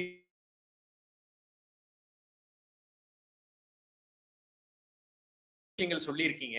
அதுல அவர் குறிப்பிட்டு சொல்லி இருக்கிறது என்னன்னா, நானும் உங்களை மாதிரி ஃபர்ஸ்ட் ஜெனரேஷன் ஆண்டர்பிரனர். ஆனா 1998ஆம் வருடம் 50 ரூபாய் வைத்துக் கொண்டு இன்று அசுர வளர்ச்சி பெற்றுள்ளீர்கள். அந்த அசுர வளர்ச்சி பெற்று உள்ள பொழுது கண்டிப்பாக அதே அசுர சோதனைகளும் உங்களுக்கு வந்திருக்கும். அந்த அசுர சோதனைகளை எப்படி நீங்க வந்து ஒன்னா வர்றதை எப்படி தாக்கு பிடிச்சு? நல்ல கேள்வி. நீங்க அந்த மாதிரி ஒரு சூழ்நிலையில் வரும்போது என்ன பண்ணுவேன்னு கேட்டீங்கன்னா, ஒண்ணு வந்து பாத்தீங்கன்னாங்க கடவுள் நம்பிக்கை. சில நேரங்கள்ல வந்து பாத்தீங்கன்னா அன்றைய பிரச்சனைகளை பார்த்துட்டு நாளைக்கு ஆபீஸ்க்கே லீவ் போட்டலாம், வர வேண்டான்ற தோன்றத்தோட கூட வீட்டுக்கு போயிருக்கேங்க.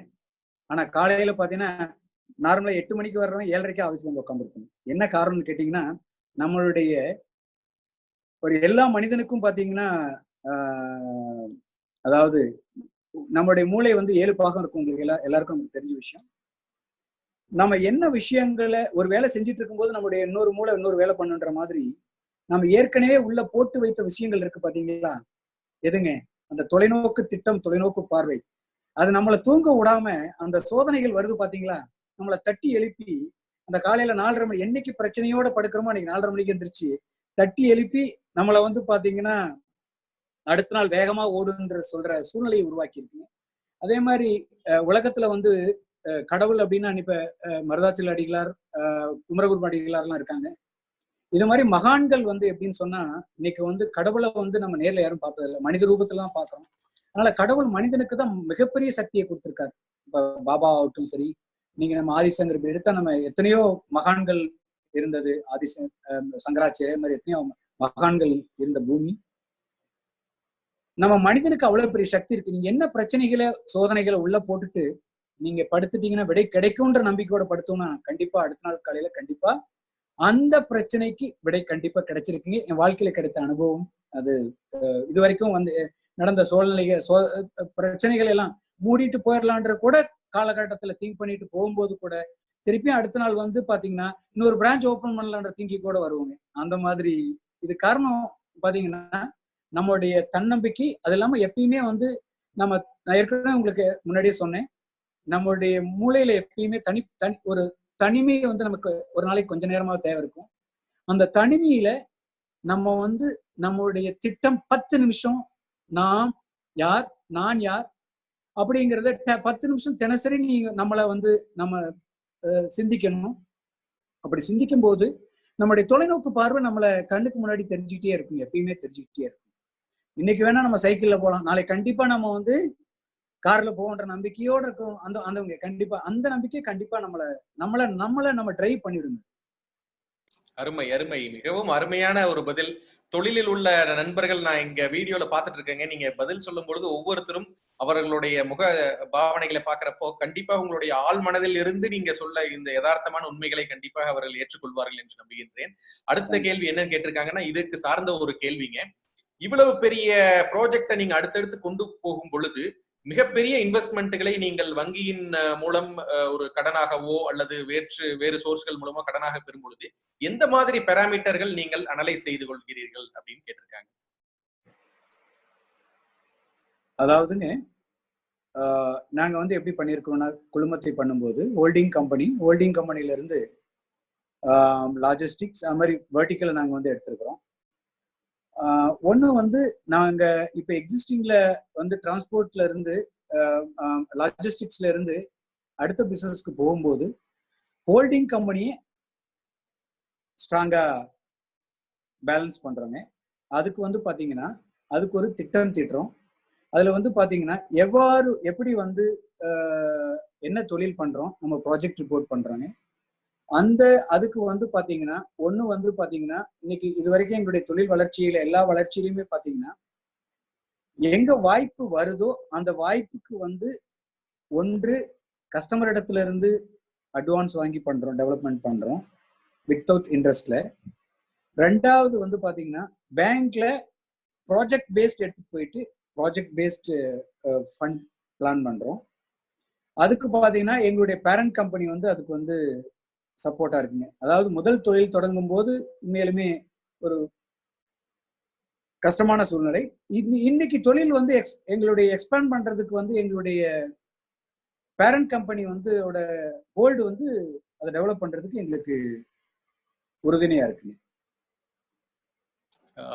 இதை சார்ந்த இன்னொரு கேள்விங்க, இளம் கொங்கு வேளாளர் கவுண்டர் நம்மளுடைய கம்யூனிட்டி சேர்ந்த நிறைய அன்பர்கள் வெளி நிறுவனங்களுக்கு வேலைக்கு சென்று விட்டார்கள். ஏனென்றால் அவர்களுக்கு தொழில் தொடங்குவதற்கு ஒரு மிகப்பெரிய ஒரு பயம் உள்ளது. எங்க ஏதாவது நஷ்டம் ஆயிருச்சுன்னா நம்ம என்ன பண்றோமோ அப்படிங்கிற ஒரு பயம் இருக்குங்க. அந்த மாதிரி இருக்கிற சூழ்நிலையில இந்த ஸ்டார்ட் அப் கம்பெனியாக வரக்கூடிய யங் ஜெனரேஷன் பீப்புள் எவ்வாறு அவர்களுடைய சோதனைகளை வெற்றி பெற வேண்டும் அப்படிங்கிறவங்க ஃபர்ஸ்ட் படி எப்படி கடந்து வரணும் அப்படிங்கிறவங்களுக்கு உங்களுடைய ஆலோசனைகள். நல்ல ஒரு கேள்விங்க. ஏன்னா நான் நிறைய இப்போ சந்திக்கிற, இது நம்ம சமுதாய மக்கள் மட்டும் இல்லைங்க, நான் இப்ப பாம்பேல வெளியே குஜராத்ல சந்திக்கிற நிறைய நண்பர்கள், நிறைய தொழில் அதுல வந்து 2வது ஜென்ரேஷன் வர்றவங்க, முதல் ஜென்ரேஷன் வர்றவங்க எல்லாருக்கும் இன்னைக்கு பெரிய சவால்கள் என்னன்னு கேட்டா, அப்பாவுக்கு ஒரு ஃபீலிங்க தன் பையன் தன் தொழிலை நடத்தணும் அப்படின்ட்டு. 2வது ஜென்ரேஷன் வர்றவங்க என்னன்னு கேட்டீங்கன்னா நம்மளுடைய வளர்ப்பு முறைங்க ஒண்ணு. 2வது நம்ம சிறு வயதில் முதலே தொழில் ஈடுபாட்டுடன் கூடிய பேச்சுக்களை நம்ம வந்து அவங்க இடத்துல கொண்டு செல்லணுங்க. இன்னைக்கு இந்த டிரான்ஸ்போர்ட் எங்க தொழிலே எடுத்துக்கிட்டீங்கன்னா, ஓட்டுநர் ஆகட்டும் இல்ல அல்லது வண்டி ஓனர் ஆகட்டும், பாத்தீங்கன்னா இன்னைக்கு என்னோட இந்த தொழில் முடிஞ்சிட்டோம், எனக்கு அப்புறம் என் குடும்பத்துல யாரும் இந்த தொழில் வேண்டாம் அப்படின்ற பேச்சு பாத்தீங்கன்னா எப்பயுமே பேசிட்டு இருப்பாங்க. எனக்கு வெடிய டிரைவர் கால் பண்றான், வெடிய எனக்கு பிரச்சனையா இருக்கு அப்படின்ட்டு. இதே பாத்தீங்கன்னா 2000க்கு முன்னாடி 2000க்கு பின்னாடி சொன்னீங்கன்னா, இன்னைக்கு இந்தியாவுல 2வது தொழில் முனைவோர் இன்னைக்கு பாத்தீங்கன்னா, இப்ப கூட லாஸ்ட் ஒரு ஃபங்க்ஷன்ல இப்ப எஸ்ன்ற ஒரு இதுல கரூர்ல வந்து ஆண்டு விழால இளம் தொழில் முனைவோர் ஆண்டு விழால கலந்துட்டு சொன்ன விஷயங்கள் என்னன்னா,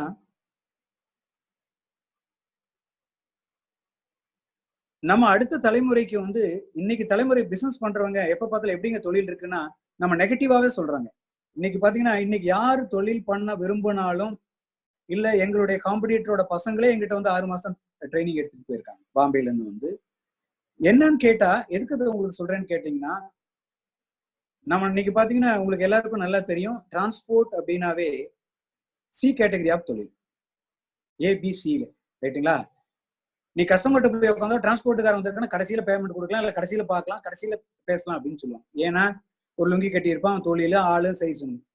அந்த மாற்றம் தாங்க அதுக்கு, அந்த மாற்றத்துக்கு முன்ன எங்களோட இன்னைக்கு பாத்தீங்கன்னா வளர்ச்சிக்கு நிறைய விஷயங்களுக்கு காரணம் பாத்தீங்கன்னா இந்த லாரி ஆபீஸ்ன்ற பேச்சையே மாற்ற அதுல ஒரு சேஞ்ச் கொண்டு வரணும். இன்னைக்கு இளைய தலைமுறைக்கு ஒரு தொழிலுக்கு வரணும்னா அந்த முதல் தலைமுறையை சொத்து சேர்த்து வைக்கிறோம், நிறைய இது பண்றோம். ஆனா அடுத்த தலைமுறைக்கு அவனுடைய எண்ணங்களை வந்து பிரதிபலிக்கிறதுக்கு அவனுடைய எண்ணங்களுக்கு தீனி போடுற விஷயங்களா கொண்டு வர்ற விஷயங்களா நம்ம அடுத்த, அதாவது அந்த முதல் தலைமுறை சில நேரத்துல விட்டுறாங்க. எங்க டிரான்ஸ்போர்ட் இன்னைக்கு ஆபீஸ் பாத்தீங்கன்னா ஐடி ஆபீஸ் மாதிரி தான் இருக்குங்க. எல்லா எங்களுடைய பிரான்ச் எல்லாமே அப்படிதான் இருக்கும். எங்களுடைய எல்லாரும் கேட்பாங்க இது என்ன டிரான்ஸ்போர்ட் ஆபீஸ், நான் சொல்ல ஒரே விஷயம். அதே மாதிரி எங்க டிரைவர்ல எங்க எல்லா சர்வீஸ் சென்டர்லயும் அவங்களுக்கு கொடுக்குற ஃபெசிலிட்டி எல்லாம் பாத்தீங்கன்னா அந்த மாதிரி. ஏன்னா நாம எப்படி இருக்கிறோமோ, முதல்ல லுங்கி கட்டுறதை கட்டிட்டு பேண்ட் போட சொல்லி ஷூ போட சொல்லி அவங்களை கத்து கொடுத்து அந்த தொழில் அடுத்தவங்க பாக்குறோம், அப்பதான் தொழிலுக்கு வருவாங்க. இன்னைக்கு பாத்தீங்கன்னா தொழிலுக்கு இன்னைக்கு எங்கிட்ட 30% டிகிரி படிச்சவங்க டிரைவரா இருக்காங்க. எப்படின்னு கேட்டீங்கன்னா, நீ படிச்சவங்க நிறைய பேர் ஓட்டுநரா வர்றது காரணம் என்னன்னு கேட்டீங்கன்னா, ஒரு காலத்துல வந்து பாத்தீங்கன்னா ஒரு பணிவு, அதாவது பயம், பக்தி எல்லாம் இருந்துச்சுங்க தொழில்ல. இன்னைக்கு அப்படி கிடையாது. இன்னைக்கு வர்ற தலைமுறைக்கு தகுந்த மாதிரி மாற்றம் நம்ம தொழில பண்ணிக்கணும். அப்படி இருந்தா மட்டும்தான் நம்ம வந்து அடுத்த தலைமுறைக்கு வந்து இன்னைக்கு இன்னொன்னு விஷயம் பாத்தீங்கன்னா, காலையில 8 மணிக்கு போனா 5 மணிக்கு வீட்டுக்கு வந்துடணுங்க. சொல்றதே அப்படிதான். மாப்பிள்ளை என்ன பண்றாரு, அது மாதிரி வேலை பண்ணா பொண்ணு கொடுக்கலான்றாங்க. ஐடில நீங்க பாத்தீங்கன்னா ஐடில இருக்கிற கூடிய இன்னைக்கு வந்து எவ்வளவு பேர் இன்னைக்கு ரிசைன் பண்ணிட்டு வந்து விவசாயத்துக்கு வந்தவங்க இருக்காங்க, தொழிலுக்கு வந்தவங்க எத்தனை பேர் இருக்காங்க. எங்கிட்ட எத்தனை பேர் வந்து வேண்டாங்க, இந்த ஸ்ட்ரெஸ்ஃபுல் லைஃப் எங்களுக்கு வேண்டாம் அப்படின்னு சொல்லிட்டு எத்தனை பேர் எங்க கம்பெனில ஜாயின் பண்ணிருக்காங்க. எனக்கு வந்து பரவாயில்ல, நான் இப்ப இருந்து பிகினிங்ல இருந்து ஸ்டார்ட் பண்ணாலும் பரவாயில்ல. அதுக்கு என்ன காரணம்னு கேட்டீங்கன்னா, கண்டிப்பா இளம் தலைமுறையினருக்கு சொல்லக்கூடிய விஷயம், நாளைக்கு இன்னைக்கு பக்கத்துல பார்த்துட்டு ஒருத்தனை பார்த்து நாளை காலையில ஆடி கார்ல போகணும்னு நினைக்கலாம். கண்டிப்பா போகணும், நோ டவுட். அது நாளை காலையில போக முடியாது. அது கொஞ்சம் பொறுமை வேணும், அதை ஃபாலோ பண்ணணும். இன்னைக்கு என்னென்ன நாங்கெல்லாம் வளர்ந்த காலத்துல வந்து பாத்தீங்கன்னா ஒன்னு தேடல் அப்படின்னாவே ரொம்ப கஷ்டமா இருந்தது. இன்னைக்கு அப்படி இல்லைங்க. மொபைல் போன் எடுத்தோம்னா தேடல் அப்படிங்கிறது ஒரு ஒரு ஒரு உலகமே கையில் அப்படின்ற மாதிரி வந்துருச்சு இன்னைக்கு. அதனால இன்னைக்கு தொழில் முனைவோருக்குலாம் கேட்டீங்கன்னா, என்ன கேட்டீங்கன்னா, நல்ல தொழில் பண்ணலாங்க, தொழில் இருக்கு, நிறைய விஷயங்கள். அதே மாதிரி இன்னைக்கு நம்ம மேலை நாடுகள் இல்ல நம்மளுக்கு அருகில் உள்ள நாடு சைனாவை கம்பேர் பார்த்தோம்னா, இன்னைக்கு நம்ம உண்மையிலுமே நமக்கு இளம் தலைமுறையினர் நிறைய பேர் இருக்காங்க. அது நம்ம கொங்கு சமுதாயத்துல நம்மளாம் கண்டிப்பா அடுத்த தொழில் தலைமுறைக்கு வந்து நம்மலாம் வந்து இந்த மாதிரி நிறைய அதாவது தொழில் சாதனையாளர்களை வச்சு நீங்க நிறைய ப்ரோக்ராம் பண்ணணும். அவங்களுக்கு வந்து அதை ஊக்குவிக்கணும். இப்போ லாஸ்டா பாத்தீங்கன்னா நாட்டுக்கோட்டை செட்டியார் கூட்டமைப்பு வந்து இப்போ சென்னையில வந்து சென்ட்ரல் கவர்மெண்ட்ல இருந்து ப்ரெஷரைஸ் பண்ணிங்க. நம்ம ஆடிட்டர் குருமூர்த்தி அவங்க தான் வந்து ஆர்கனைஸ் பண்ணி இதுல நடந்துச்சு ப்ரோக்ராம் வந்து ஐடி சென்னையில. அவங்க பாத்தீங்கன்னா வாணிபத்துல வந்து அவங்க நாட்டுக்கோட்டை செட்டியார் வாணிபத்துல காலங்காலமா வந்து பாத்தீங்கன்னா கடல் கடந்து பூம்புகார் நகரம் இருக்கும்போதே கடல் கடந்து வாணிபம் செஞ்சாங்க. இன்னைக்கு வரக்கூடிய தலைமுறையினர் நிறைய எல்லாரும் தொழில் வேண்டாம் அப்படின்னு சொல்லிட்டு இப்ப எல்லாரும் வந்து வெளிநாடுகளுக்கு வந்து வேலைக்கு போற சூழ்நிலை இருந்தனால அந்த ஒரு மீட்டிங்ல வந்து பாத்தீங்கன்னா எப்படி வந்து அடுத்த தலைமுறையிலே தொழில் செய்ய வைக்க வேண்டும். ஏன்னா இன்னைக்கு நம்மளுடைய அரசாங்கத்தினுடைய இதே வந்து பாத்தீங்கன்னா பெருந்தொழில் விட சிறு தொழில் பண்ணக்கூடிய முனைவர்களை வந்து இன்னைக்கு அரசாங்கம் வந்து ஊக்குவிச்சுட்டு இருக்காங்க. அதுக்கு ஏதாவது வேணும்னா நிறைய விஷயங்கள் நம்ம வந்து கலந்துக்கலாம், தனி செஷனே வைக்கலாம். மிகவும் அருமையான ஒரு பதில் சொல்லியிருக்கீங்க உங்களுடைய அனுபவத்தின் மூலம். மற்றும் அடுத்த 2-3 கேள்விகளை நான் கேட்கறதுக்கு முன்னாடி உங்களுடைய முதல் கேள்விகளே அதுக்கு உண்டான பதில கொடுத்துட்டீங்க. அதனால இப்ப அடுத்த ஒரு கேள்வி கேட்டிருக்காங்க, இது சம்பந்தமான ஒரு கேள்வி. இவ்வளவு நிறுவனத்தை வைத்துள்ளீர்கள், உங்களுக்கு நீங்கள் கையாள்கிறீர்கள் விஷயம் என்னன்னு கேட்டீங்கன்னா, என்னுடைய சக இயக்குநர்கள் நான் சொன்ன ஏற்கனவே பாத்தீங்கன்னா இன்னைக்கு நம்ம தொழில் வந்து அதாவது ஒரு கை தட்டுனா ஓசை மாதிரி 4 கை தட்டுனா எவ்வளவு ஓசை வரும், 10 கை தட்டுனா. இன்றைக்கு பாத்தீங்கன்னா என்னுடைய எல்லா வெர்டிகளுக்கும் பாத்தீங்கன்னா அற்புதமான தலைவர்கள், எல்லா வெர்டிகளுடைய ஹெட் பண்றது எல்லா தலைவர்கள் இருக்காங்க. அதாவது தினசரி என்ன எதை பார்க்கணும், அதாவது எது வந்து இன்றைய சவால்கள் அப்படிங்கறத முதல்ல எடுத்துக்குவேன் நானு. அந்த சவால்களுக்கு அரை நேரம் அதாவது முக்கியத்துவம் கொடுத்துருவோம். மற்றவைகளை பாத்தீங்கன்னா வாரம் தொடர்பு கொள்ளக்கூடிய விஷயங்களை வாரம் வச்சிருவோம். அந்த அரை நாள் எதிர்பாராத நிகழ்வுகள் நமக்கு நடந்துகிட்டே இருக்கும். யாராவது வருவாங்க, அந்த அரை நாள் எதிர்பாராத நிகழ்வுகளுக்கு ஒதுக்கிடுவோம். முதல் அரை நாள் வந்து இன்றைய பிரச்சனைகள், எந்த கம்பெனிலையும் எந்த சூழ்நிலையில் நமக்கு என்ன ப்ராப்ளம் இருக்கு அப்படின்னா அதுக்கு தான் முக்கியத்துவம் கொடுக்கக்கூடியது. நான் முக்கியமா சொல்ல போனா ஒரு நிர்வாகத்தினுடைய நிர்வாகி எப்படி சொல்லலாம், சீஃப் எக்ஸிக்யூட்டிவ் ஆபீசர்னு சொல்லலாம், சேர்மன் சொல்லலாம், எம்டி சொல்லலாம். நல்ல ஒரு ஹெச்ஆர் பர்சனா இருக்கணுங்க. யார் ஒரு சிறந்த ஒரு ஹெச்ஆர் பர்சனா, அதாவது மனித ஆளுமை, அதாவது சொல்ல போனா இன்னைக்கு வந்து பீப்புள் பர்சன் சொல்லுவாங்க, அல்லது பாத்தீங்கன்னா இன்னைக்கெல்லாம் நிறைய சேஞ்ச், ஹெச்ஆர்ங்கிறது நிறைய மாற்றம் பண்ணிட்டாங்க. பீப்புளை எப்படி வச்சுக்கிறோம் இல்லை எப்படி ஹேண்டில் பண்றோம் அப்படிங்கிறத வச்சுதான் நம்ம வந்து தொழில் வந்து கண்டிப்பா பண்ண முடியுங்க. அதே மாதிரி அந்த காலத்துல வந்து இன்றும் அரசுல இருக்கு, அந்த காலத்திலயும் ஒற்றர்கள் இருந்தாங்க. இன்னைக்கு வந்து இன்டெலிஜென்ஸ் ரிப்போர்ட் இருக்கு. அது மாதிரி சோ எப்படி நம்ம வந்து எப்படியான தகவல்களை வாங்க முடியும், எப்படி தவறுகள் இருந்தா அதுக்கு வந்து எப்படின்னு சொன்னா நம்ம பார்வைகள் வந்து எப்பயுமே வந்து பாத்தீங்கன்னா தொலைநோக்கு பார்வையும், அந்த பார்வையில வந்து நம்ம வந்து நமக்கு கிடைக்கக்கூடிய தகவல்களை எப்படி கையாளணும் அப்படின்றது ஒண்ணு இருக்குங்க. என்ன கேட்டீங்கன்னா உண்மையாலும் நேரம் அப்படிங்கிறது இன்னும் கூட பாத்தீங்கன்னா அரை நாள் ஃப்ரீயா தான் இருக்க மாதிரி ஒரு ஃபீல் இருக்கு. ஸோ அதனாலதான் நான் பாத்தீங்கன்னா பாபா கொடுத்த ஒரு பெரிய வாய்ப்புல நிறைய நாள் வந்து தென் சீரடியில அக்கரைப்பட்டியில நிறைய நாள் வந்து ஆன்மீக வேலைகள் செஞ்சேன். அதனால நமக்கு சரியான ஆட்களை பணிகளை நிமித்திட்டு அதே மாதிரி அவங்களோட எப்படி வந்து நம்ம உறவுகளை வச்சிருக்கோம், எப்படி வந்து நம்ம எல்லாமே ஓனர்னு சொல்றதை விட நான் எப்பயுமே அடிக்கடி சொல்ற விஷயங்கள், நீங்க 100% ஷேர் வச்சுட்டு உங்க வேல்யூ எக்ஸ் அப்படின்னு வச்சுக்கலாம், ரைட்டுங்களா? 10% ஒருத்தன் ஷேர் வச்சிருக்கிறவன் அவனுடைய வேல்யூ வந்து 100x அப்படின்னா எது பெட்டர்னா ஸோ 10% வேல்யூ அந்த மாதிரி. ஸோ இன்னொரு விஷயம் இதுல நான் பேசும்போது சொல்ல விட்டது, ஒண்ணு வந்து ஆர்கானிக் குரோத், ஒருத்தன் வளர்ச்சி அடையணும்னா நேரடியா வளர முடியும். இன்னொன்னு இன்ஆர்கானிக் குரோத், நம்மள மாதிரி வளர்ந்துகிட்டு இருக்கிறவங்களை எடுத்து அவங்களுடைய ஷேர் மெஜாரிட்டி எடுத்துட்டு அவங்கள பார்ட்னரா வச்சு வளர்றது. அப்படிதான் எங்களுடைய பவர் ப்ளஸ் இன்ஜினியர்ஸ் இந்தியா அப்படிதான், சைன்டெக் அப்படிதான். இதெல்லாம் பாத்தீங்கன்னா அந்த மாதிரி ஒரு இன்ஆர்கானிக் குரோத் தான் வந்து நாங்க வளர்ந்துட்டு இருக்கோம். அருமையான ஒரு பதிலுங்க. அடுத்த கேள்வி ஒருத்தர் கேட்டிருக்காருங்க, நானும் வந்து டிரான்ஸ்போர்ட் பிசினஸ் பண்ணிட்டு இருக்கேங்க, ஆனா நான் வந்து சின்ன லெவல்ல பண்ணிட்டு இருக்கேன். மிகப்பெரிய கம்பெனிகளுடைய லோ மார்ஜின் என்னால தாக்கு பிடிக்க முடியல. அடுத்த 10 to 20 வருஷம் பிசினஸ், டிரான்ஸ்போர்ட் பிசினஸ் எப்படி இருக்கும்? எங்களை மாதிரி ஆட்கள் சர்வைவ் ஆகிறதுக்கு உங்களுடைய ஆலோசனைகளை சொல்லுங்க அப்படின்னு கேட்டிருக்காங்க. இல்ல, ஒரு நல்ல கேள்விங்க. நான் நிறைய நாடுகள்ல போயிட்டு வந்த விஷயத்துல கத்துக்கிட்ட விஷயங்களும் சரி, இல்ல நடந்துட்டு இருக்க விஷயங்களும், மற்ற நாடுகள்லாம் பாத்தீங்கன்னா ஒரு ரிட்டர்ன் ஆன் இன்வெஸ்ட்மெண்ட் அப்படின்னா அங்க ஒரு ஹெல்த்தியான ஒரு யூஎஸ்ல கூட நாங்க ப்ராஜெக்ட் பண்ணும்போது நாங்க பாத்தீங்கன்னா எண்ட் டு எண்ட் லாஜிஸ்டிக்ஸ்ல வந்து இங்க டோர்ல கொடுத்தா அந்த டோர்ல கொண்டு போய் நாங்க எவ்வளவு பெரிய இதா இருந்தாலும் டோர்ல அப்போது எங்களுக்கு அங்க ஒரு லோக்கல் பார்ட்னர் அப்படிங்கும்போது அங்க அவங்களுடைய பிரைஸும் அவங்களுடைய வேலையும் பாத்தீங்கன்னா காம்படிஷன் பாத்தீங்கன்னா அவங்களுக்குள்ள ஹெல்த்தியா இருக்குதுங்க.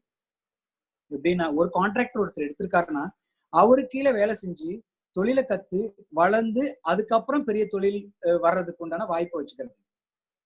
நம்ம இங்க என்ன பண்றாங்க அப்படின்னா நம்ம ஊர்ல நிறைய விஷயங்கள்ங்க, அதாவது இன்னைக்கு பாத்தீங்கன்னா ஆப்பிள் டு ஆப்பிள் கண்டிப்பா கம்பேர் பண்றது கஷ்டம். அந்த இந்த இந்த இந்த இந்த மாதிரி தொழில் முனைவருக்கு என்னன்னா யார் பெருசா தொழில் பண்றாங்க இன்றைய சூழ்நிலையில பாத்தீங்கன்னா உங்களுக்கு நல்லா தெரியும். கொஞ்சமா தொழில் பண்றவங்க யாரும் இன்னைக்கு வந்து சக்சீட் பண்ண முடியாத காரணம், நேரடியா கஸ்டமர்கிட்ட போகும்போது அவங்களுடைய பேமெண்ட் டேர்ம்ஸும் அவங்களுடைய லோ மார்ஜினும் அவங்க அதெல்லாம் பாத்தீங்கன்னா இன்ட்ரெஸ்ட் கால்குலேட் பண்ணணும்னா நம்மளால வந்து கண்டிப்பா நேரடியான பிசினஸ் பண்றது இன்னைக்கு வந்து பாத்தீங்கன்னா சூழ்நிலை மேலும் இன்னைக்கு பாத்தீங்கன்னா இண்டஸ்ட்ரியில, அதாவது அவருக்கு மட்டும் இல்ல, அதாவது ரோட் டிரான்ஸ்போர்ட் மட்டும் இல்ல, கடல் சரி வான்வழி ஆகட்டும், ஃப்ரைட் ஃபார்வர்டிங்ல சொல்றேன், ஆயிரக்கணக்கான கம்பெனி இந்த 50 கோடிக்கு கீழே இன்னைக்கு சேலுக்கு வந்து கம்பெனி இருக்கு. என்னன்னு கேட்டீங்கன்னா, ஒண்ணு வந்து பாத்தீங்கன்னா சஸ்டைனபிலிட்டி, அதாவது அவங்களால வந்து தொடர்ந்து அதை வந்து இன்னைக்கு கொண்டு போக முடியாத சூழ்நிலை என்னன்னு கேட்டீங்கன்னா, ஒரு காலத்துல வந்து ரோட் டிரான்ஸ்போர்ட் மட்டும் பண்ணலாம். அதாவது இந்த மீன்ஸ் ஏஜென்சி வேலை மட்டும் பண்ணனா, வான்வழி பண்ணா, கடல் வழி பண்ணா, அந்த எண்ட்ல பண்ற எல்லா விஷயங்களும் அதே மாதிரி நடந்தது. இன்னைக்கு அப்படி இல்லைங்க. கஸ்டமர்ல சிங்கிள் விண்டோ சொல்யூஷன் அப்படின்னு சொல்லி கொடுத்துட்டாங்க. இன்னைக்கு அந்த ஆப்ஷன்ல வந்து பாத்தீங்கன்னா இன்னைக்கு மார்ஜினும் ஒரு பக்கங்க, ரெண்டாவது இந்த மாதிரி ஒரே எங்களுக்கு இன்னைக்கு அது ஃபேஸ் பண்ணிக்கிட்டு இருக்க விஷயங்கள். அதனாலதான் இந்த எங்களுடைய தொழிலை வந்து பண்டில் ஆஃப் சர்வீசஸ் கொடுத்துட்டு இருக்கோங்க. இன்னைக்கு பண்டில் ஆஃப் சர்வீசஸ் கொடுத்துட்டு இருக்கோம்.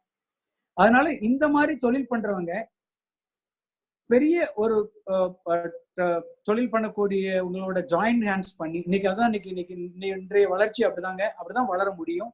இது டிரான்ஸ்போர்ட்ல மட்டும் அல்ல, மற்ற தொழில் முனைவர்களுக்கு எல்லாருக்குமே அதாங்க. ஏன்னா எங்களுடைய என்ஜினியரிங் கம்பெனி திருச்சியிலங்க நாங்க கொஞ்சம் வருஷமா பண்ணிட்டு இருந்ததுல பாய்லர் மேனுஃபேக்சரிங் பார்ட்ஸ்ல சிறிய level air pre heater technology, means வால்மெட்டோட பார்ட்னர் நாங்க. அதுல அதை மட்டும் வச்சு பண்ண முடியல. அப்ப என்ன பண்ண முடியும்? காம்படிஷன், நிறைய விஷயங்கள், அது மாதிரி 100 பேர் 1000 பேர் வந்துடுறாங்க. அப்ப என்ன பண்ண முடியும்? So end to end design பாத்தீங்கன்னா சப்ளை, எரெக்ஷன், கமிஷனிங் மாதிரி எண்ட் டு எண்ட் கொடுக்கக்கூடிய சூழ்நிலைக்கு போயிடுறாங்க. அதே மாதிரிதான் டிரான்ஸ்போர்ட்லீங்க. இன்னைக்கு பாத்தீங்கன்னா டிரான்ஸ்போர்ட் மட்டும் எடுத்தோம்னா கண்டிப்பாங்க இன்னைக்கு உண்மையிலுமே எல்லாருக்குமே எங்களுக்கும் லாஸ்ட் பிசினஸ் தான். எண்ட் டு எண்ட் சொல்யூஷன் பண்ணாதான் பண்ண முடியும். அப்போது யாரு கூடயாவது ஒருத்தர் கூட டைப் பண்ணி நீண்ட நாள் ஒரு ரிலேஷன் உறவுகளை வச்சு அந்த மாதிரி எடுத்துட்டு போனா கண்டிப்பா வந்து சக்சஸ்ஃபுல்லா பண்ண முடியுங்க. இன்னைக்கு பாத்தீங்கன்னா ஐடி பிளாட்ஃபார்ம் நிறைய வந்துருச்சு. நிறைய ஐடி பிளாட்ஃபார்ம் கீழே வந்து இன்னைக்கு எல்லாரும் வந்து பாத்தீங்கன்னா டெக்னாலஜி ஓரியன்டட் இதுக்குள்ள போயிட்டாங்க. இன்னைக்கு எப்படி வந்து இன்னைக்கு அமேசான், பிளிப்கார்ட்லாம் வந்த மாதிரி டிரான்ஸ்போர்ட்ல நிறைய மாற்றம் நடந்துட்டு இருக்குங்க. நாங்களாம் கூட பாத்தீங்கன்னா டெக்னாலஜி ஓரியன்டட் இதுல இன்னைக்கு போயிட்டு இருக்கோம். அதனால இந்த மாதிரி கம்பெனிஸ் எல்லாம் கொஞ்சம் பெரிய நிறுவனத்தோட தப்பே இல்லைங்க. நேரடி பிசினஸ் பண்றதை விட இவங்களோட சேர்ந்து பிசினஸ் பண்ணி இன்னும் நிறைய வழிகள்ல வளர்றதுக்கு வாய்ப்பு இருக்கு. அதனால நீங்க கண்டிப்பா அந்த மாதிரி வளரக்கூடியவங்களோட மீன்ஸ் செஞ்சுட்டு இருக்கவங்களோட சேர்ந்து செய்யுங்க. அப்போ உங்களுக்கு பினான்சியல் பர்டன் இருக்காது. உங்களுக்கு அவங்ககிட்ட நீங்க நேரடியா உங்களுக்கு ஒரு உறவு இருக்கும். அந்த மாதிரி நாங்க நிறைய பேரோட நாங்க செஞ்சுட்டு இருக்கோம். எங்களுடைய சைன்டெக் சப்ளை செயின்ல எங்கிட்ட வண்டியே கிடையாது. இந்த மாதிரி வாகனங்கள் வச்சுட்டு இருக்கக்கூடிய அதாவது 4 வீல் ஆட்டோல இருந்து பாத்தீங்கன்னா 32 ஃபீட் வரைக்கும் பாத்தீங்கன்னா எல்லா வெஹிக்கிளுமே பாத்தீங்கன்னா எங்களோட லாங் டேர்ம் கான்ட்ராக்ட்ல இருக்காங்க. அப்படின்னா வெஹிக்கிள் எடுக்கும் போதே அவங்க வந்து எங்களோட ஒரு அக்ரிமெண்ட் சைன் பண்ணிக்குவாங்க. இந்த மாதிரி லாங் டேர்ம் ஒரு கான்ட்ராக்ட், அந்த மாதிரி நீங்க யாரு கூட லாங் டேர்ம் கான்ட்ராக்ட் பண்ணி அந்த மாதிரி டோட்டல் சொல்யூஷன் கொடுக்குறவங்களோட ஜாயின் ஹேண்ட்ஸ் பண்ணீங்கன்னா கண்டிப்பா பெட்டரா இருக்கும். தேங்க்யூ. மிக அருமையான ஒரு பதில் சொல்லியிருக்கீங்க. வெளிநாடுகளுக்கு உங்களுடைய தொழிலை அபிவிருத்தி செய்யும் எண்ணம் உள்ளதா? அதே போல் உங்களுடைய தொழில் அபிவிருத்தி செய்யும் பொழுது டெக்னாலஜியை எந்த அளவுக்கு நீங்க யூஸ் பண்றீங்க அப்படின்னு ஒருத்தர் கேட்டிருக்காரு. நான் ஏற்கனவே உங்களுக்கு சொன்ன மாதிரிங்க இனோஸ் நாங்க டெக்னாலஜி வந்து ரொம்ப யூஸ் பண்றோங்க. நாங்க ஐடில வந்து இன்னைக்கும் பாத்தீங்கன்னா நாங்க வந்து பாத்தீங்கன்னா எங்க டிரைவர்ஸ்லாம் கூட பாத்தீங்கன்னா இன்னைக்கு ஆப்ஸ் வந்து நாங்க யூஸ் பண்ணிட்டு இருக்கோம். நாங்க இன்னைக்கு இவ்வளவு தூரம் வளர்ந்துருக்கோன்னா அதுக்கு கண்டிப்பா வந்து காரணம் வந்து பாத்தீங்கன்னா டெக்னாலஜி தாங்க. டெக்னாலஜி தான் எங்களை இன்னைக்கு இவ்வளவு தூரம் பண்ணோம். நாங்க இப்ப நிறைய சாஃப்ட்வேர் ஐடி கம்பெனிஸோட வந்து பாத்தீங்கன்னா டைப் பண்ணிருக்கோங்க. இப்போ நாங்க இன்னைக்கு பண்ணிட்டு இருக்க எங்களோட பிளாட்ஃபார்முக்கு, அதாவது 50 கிராம்ல இருந்து டு 5 எங்களோட 1000 டன்ஸ் வரைக்கும் எங்களுடைய பாத்தீங்கன்னா நாங்க அப்படி அந்த 50 கிராம்ஸ் கொரியர் சர்வீஸ் பாத்தீங்கன்னா இன்னைக்கு இன்டர்நேஷனல் மீன்ஸ் கொரியர் சர்வீஸ் இந்த மாதிரி பண்ணும்போது எங்களுக்கு நிறைய பின்கோட்ஸ்ல ஒர்க் பண்ற மாதிரியான சுச்சுவேஷன்ஸ் வருங்க. இதுக்கு கண்டிப்பா டெக்னாலஜி வந்து, அதனால டெக்னாலஜி வந்து நாங்க ஸ்ட்ராங்கா டெக்னாலஜியை பிலீவ் பண்றோங்க. டெக்னாலஜிக்கு நிறைய இன்வெஸ்ட்மெண்ட், நிறைய பிளான் பண்ணி ஒர்க் பண்ணிட்டு இருக்குங்க. நிறைய ஸ்டார்ட் அப் கம்பெனிஸோட நாங்க நிறைய ஒர்க் பண்ணிட்டு இருக்கோங்க. இன்னைக்கு நிறைய ஸ்டார்ட் அப் கம்பெனிஸ் எங்களோட அப்ரோச் பண்ணி டைப் பண்றதுக்கு ரிலேட்டட் டு லாஜிஸ்டிக்ஸ்ல பேசிட்டு இருக்காங்க. அதே மாதிரி வெளிநாடுகள்ல வந்து பாத்தீங்கன்னா எங்களுக்கு ஒரு பெரிய சேலஞ்சுங்க. ஆல்மோஸ்ட் 128 கண்ட்ரில வந்து ஏஜென்சிஸ் இருக்காங்க. ஃபியூ கண்ட்ரீஸ்ல வந்து பாத்தீங்கன்னா எங்களோட ஓன் ஆஃபீஸஸ் இருக்குங்க. பாத்தீங்கன்னா என்னன்னா நாங்க வந்து இப்போ வந்து அதாவது ரீஜனல் பிளேயர்ஸ், லோக்கல் பிளேயர் அப்படிங்கிறதுல இருந்து இப்போ கொஞ்சம் நாங்க குளோபல் பிளேயர் ரேஞ்சுக்கு வரணும் அப்படின்னா நம்மளுடைய சர்வீஸ் லெவலை வந்து நம்ம ஸ்ட்ரென்தன் பண்ணணுங்க. ரெண்டாவது வந்து பாத்தீங்கன்னா எங்களை மாதிரி எக்யூப்மெண்ட் உள்ள கம்பெனிஸ்க்கு வந்து இந்தியா மட்டும் நாங்க ஃபோக்கஸ் பண்ணி இருந்தா பத்தாதுன்னு சொல்லிட்டுங்க. இப்போ வந்து நாங்க இப்போ இந்தியா மாதிரி நாங்க ஸ்ரீலங்கால வந்து ஃபர்ஸ்ட் ப்ராஜெக்ட், வெளிநாட்டுல பண்ற ஃபர்ஸ்ட் ப்ராஜெக்ட் வந்து ஸ்ரீலங்கால கிட்ட 250 மெகாவாட்டுங்க. அதாவது ரோடு, அதே மாதிரி அங்க வந்து டெவலப்மெண்ட், எரெக்ஷன், கமிஷனிங்ஸ் எல்லாம் கம்ப்ளீட் சொல்யூஷன் பண்ணிட்டு இருக்கேன். இப்போ ஒர்க் பண்ணிட்டு இருக்கோம் 250 மெகாவாட்டுங்க. வியட்நாம் வந்து பாத்தீங்கன்னா இதே மாதிரி சேம் ப்ராஜெக்ட் எக்யூப்மெண்ட்ஸ் பிளான் பண்ணி வியட்நாம் பண்ண போறாங்க. இந்தோனேஷியா, ஸோ பங்களாதேஷ், எங்கெல்லாம் நமக்கு வாய்ப்புகள் இருக்கோ. ஸோ இப்போ நிறைய மிடில் ஈஸ்ட் கொஞ்சம் டிஸ்கஸ் பண்ணிட்டு இருக்கிறோங்க. அதே மாதிரி டு ஆப்பிரிக்கா கொஞ்சம் திங்க் பண்ணிட்டு இருக்காங்க. அந்த மேலை நாடு என்ன ரீசன்னா, ஸோ எப்படி வந்து ஒன்று வந்துங்க இந்த மாதிரி வெளிநாடுகளுக்கு போறதுக்கு முன்னாடி நம்மளுடைய ஸ்டாண்டர்ட் எல்லாம் நம்ம வந்து எப்பயுமே கரெக்டாக வச்சிருக்கோங்க. அதாவது இஹெச்எஸ்ன்னு சொல்லுவோம், குவாலிட்டி, பாலிசி, ஐஎஸ்ஓ. அது மாதிரி இன்னைக்கு வந்து இந்தியாவில் வந்து பாத்தீங்கன்னா ஒரு லாஜிஸ்டிக்ஸ் கம்பெனிக்கு வந்து இஹெச்எஸ் கேட்டு, அதே மாதிரி குவாலிட்டிக்கு கேட்டு இருக்கிறது பாத்தீங்கன்னா ரேர், நீங்க கேள்விப்பட்டிருப்பீங்க. பட் எங்கிட்ட பாத்தீங்கன்னா நாங்க மோர் ஃபோக்கஸ் ஆன் பாத்தீங்கன்னா இஹெச்எஸ் அண்ட் குவாலிட்டிங்க. அதனால வந்து குளோபலுக்கு மற்ற வெளியில போறதுக்கு இது எங்களுக்கு வந்து உதவியா இருந்துச்சு. நன்றி. மிக்க நன்றிங்க. டாட்டாவுடைய கம்பெனி, கோத்ரெஜ் கம்பெனி, இந்த மாதிரி இருக்கிறவங்கள ஒரு பார்சி கம்யூனிட்டி பேஸ் பண்ணி ரன் பண்றாங்க. அதே மாதிரி நம்ம கொங்கு வேளாளர் சமுதாயம் எப்படி வாழ்க்கையில முன்னேறி பெரிய லெவலுக்கு வர்றதுக்கு உங்களுடைய ஆலோசனைகள் என்ன அப்படின்னு? நாங்க செஞ்சுட்டு இருக்கிறது பெரிய சாதனை இல்லைங்க. பெரிய பெரிய நம்மளுடைய கொங்கு சமுதாயத்துல பெரிய பெரிய சாதனையாளர்லாம் இருந்தாங்க. அவங்கெல்லாம் தான் முன்னோடிங்க. இன்னைக்கு பாத்தீங்கன்னா மகாலிங்கம் ஐயா, இந்த மாதிரி நிறைய பேர் இன்னைக்கும் நிறைய சாதனையாளர்கள் நிறைய பேர் இருக்காங்க. ஸோ எதுக்கு சொல்றேன்னு கேட்டீங்கன்னா, நம்ம சமுதாயம் எந்த விவசாயம் பண்ணாலும் சரி, நம்மளாம் இன்னைக்கு என்ன கேட்டீங்கன்னா 2வது ஜென்ரேஷன்ல 3வது ஜென்ரேஷன் இதுலதான் வந்து நம்ம தொழில வந்து பாத்தீங்கன்னா தொழிலுக்கு வந்திருக்கும் விவசாயத்துல இருந்து. இதுல பாத்தீங்கன்னா நம்ம அக்ரெசிவா இன்னைக்கு நம்மளுடைய ரீஜன் வந்து தமிழ்நாட்டுல உங்களுக்கு தெரியும் என்ன பர்சன்டேஜ் ஆஃப் இன்னைக்கு நம்ம கவர்மெண்ட்டுக்கு பே பண்ணிட்டு இருக்கிறோம். இன்னைக்கு நம்ம கொங்கு சமுதாயம் உண்மையாலுமே வந்து ஒரு தொழில வந்து இன்னைக்கு ஒரு அக்ரெசிவா வளர்ந்துட்டு இருக்கிற ஒரு பெரிய கம்யூனிட்டி. இன்னைக்கு நான் என்ன மற்ற கம்யூனிட்டியோட நிறைய தொடர்பு இருக்கிறனால நம்ம கம்யூனிட்டியில வந்து பாத்தீங்கன்னா அவங்க சொல்றதெல்லாம் வந்து பாத்தீங்கன்னா நாங்களாம் தொழில விட வேண்டிய சூழ்நிலையில உங்க சமுதாயம் வந்து இன்னைக்கு தொழில முன்னோக்கி ரொம்ப வேகமா வளர்ந்துட்டு இருக்கீங்க அப்படின்ட்டு. இதை வந்து கண்டிப்பா நம்மளுடைய ஒரு தொழில் கூட்டமைப்பு, கொங்கு தொழில் கூட்டமைப்பு ரொம்ப ஸ்ட்ராங்கா இருந்தா நம்மளுடைய பகிர்வுகள் வந்து நமக்கு யாருடைய தொழிலும் நம்ம நிறைய விஷயங்கள் இன்னைக்கு நிறைய நேரத்தில் நம்ம தப்பா நினைச்சுக்கிறோம். இல்ல எனக்கு நம்ம பிரிசிஷன் பாலு அண்ணா எனக்கு நிறைய விஷயங்கள் சொல்லியிருக்காங்க. அதாவது நம்ம தொழில நான் கொண்டாந்து வளர்த்துட்டவங்க எத்தனையோ பேர் அப்படின்னு சொல்லிட்டு. அது மாதிரி நம்ம பரணி பாலு அண்ணாவும் சொல்லுவாருங்க. அது மாதிரி நிறைய விஷயங்கள்ல வந்து பாத்தீங்கன்னா நிறைய பேரை நம்ம வந்து எத்தனை பேரு நிறைய விஷயங்கள்ல வளர்ந்தவங்க, வளர்ந்துகிட்டு இருக்கவங்கள, வளர போறவங்களுக்கு ஸ்டார்ட் அப் கம்பெனிஸ்க்கு ஐடியாஸ் கொடுக்குறோம். இல்ல அவங்களுக்கு நம்ம கூட்டமைப்புல இருந்து என்ன மாதிரியான சப்போர்ட் கொடுக்கலாம் அப்படின்னு சொன்னா நம்ம தொழில் கண்டிப்பா வந்து சீரும் சிறப்பமா இருக்கும். இப்ப நீங்க மற்ற எல்லா சமுதாயத்திலயுமே பாத்தீங்கன்னா அந்த ஒரு கூட்டமைப்பு வந்து ஸ்ட்ராங்கா இருக்காங்க. நம்ம அந்த தொழில் கூட்டமைப்பு வந்து இதுல வந்து யாரும் காம்படிஷன் நம்ம நிறைய சம்டைம் தப்பா போயிடுறாங்க. அவன் எடுக்கிற பிசினஸ் நம்ம எடுக்கிற பிசினஸ் அப்படின்னு. தொழில் வேற, கூட்டமைப்பு வேற.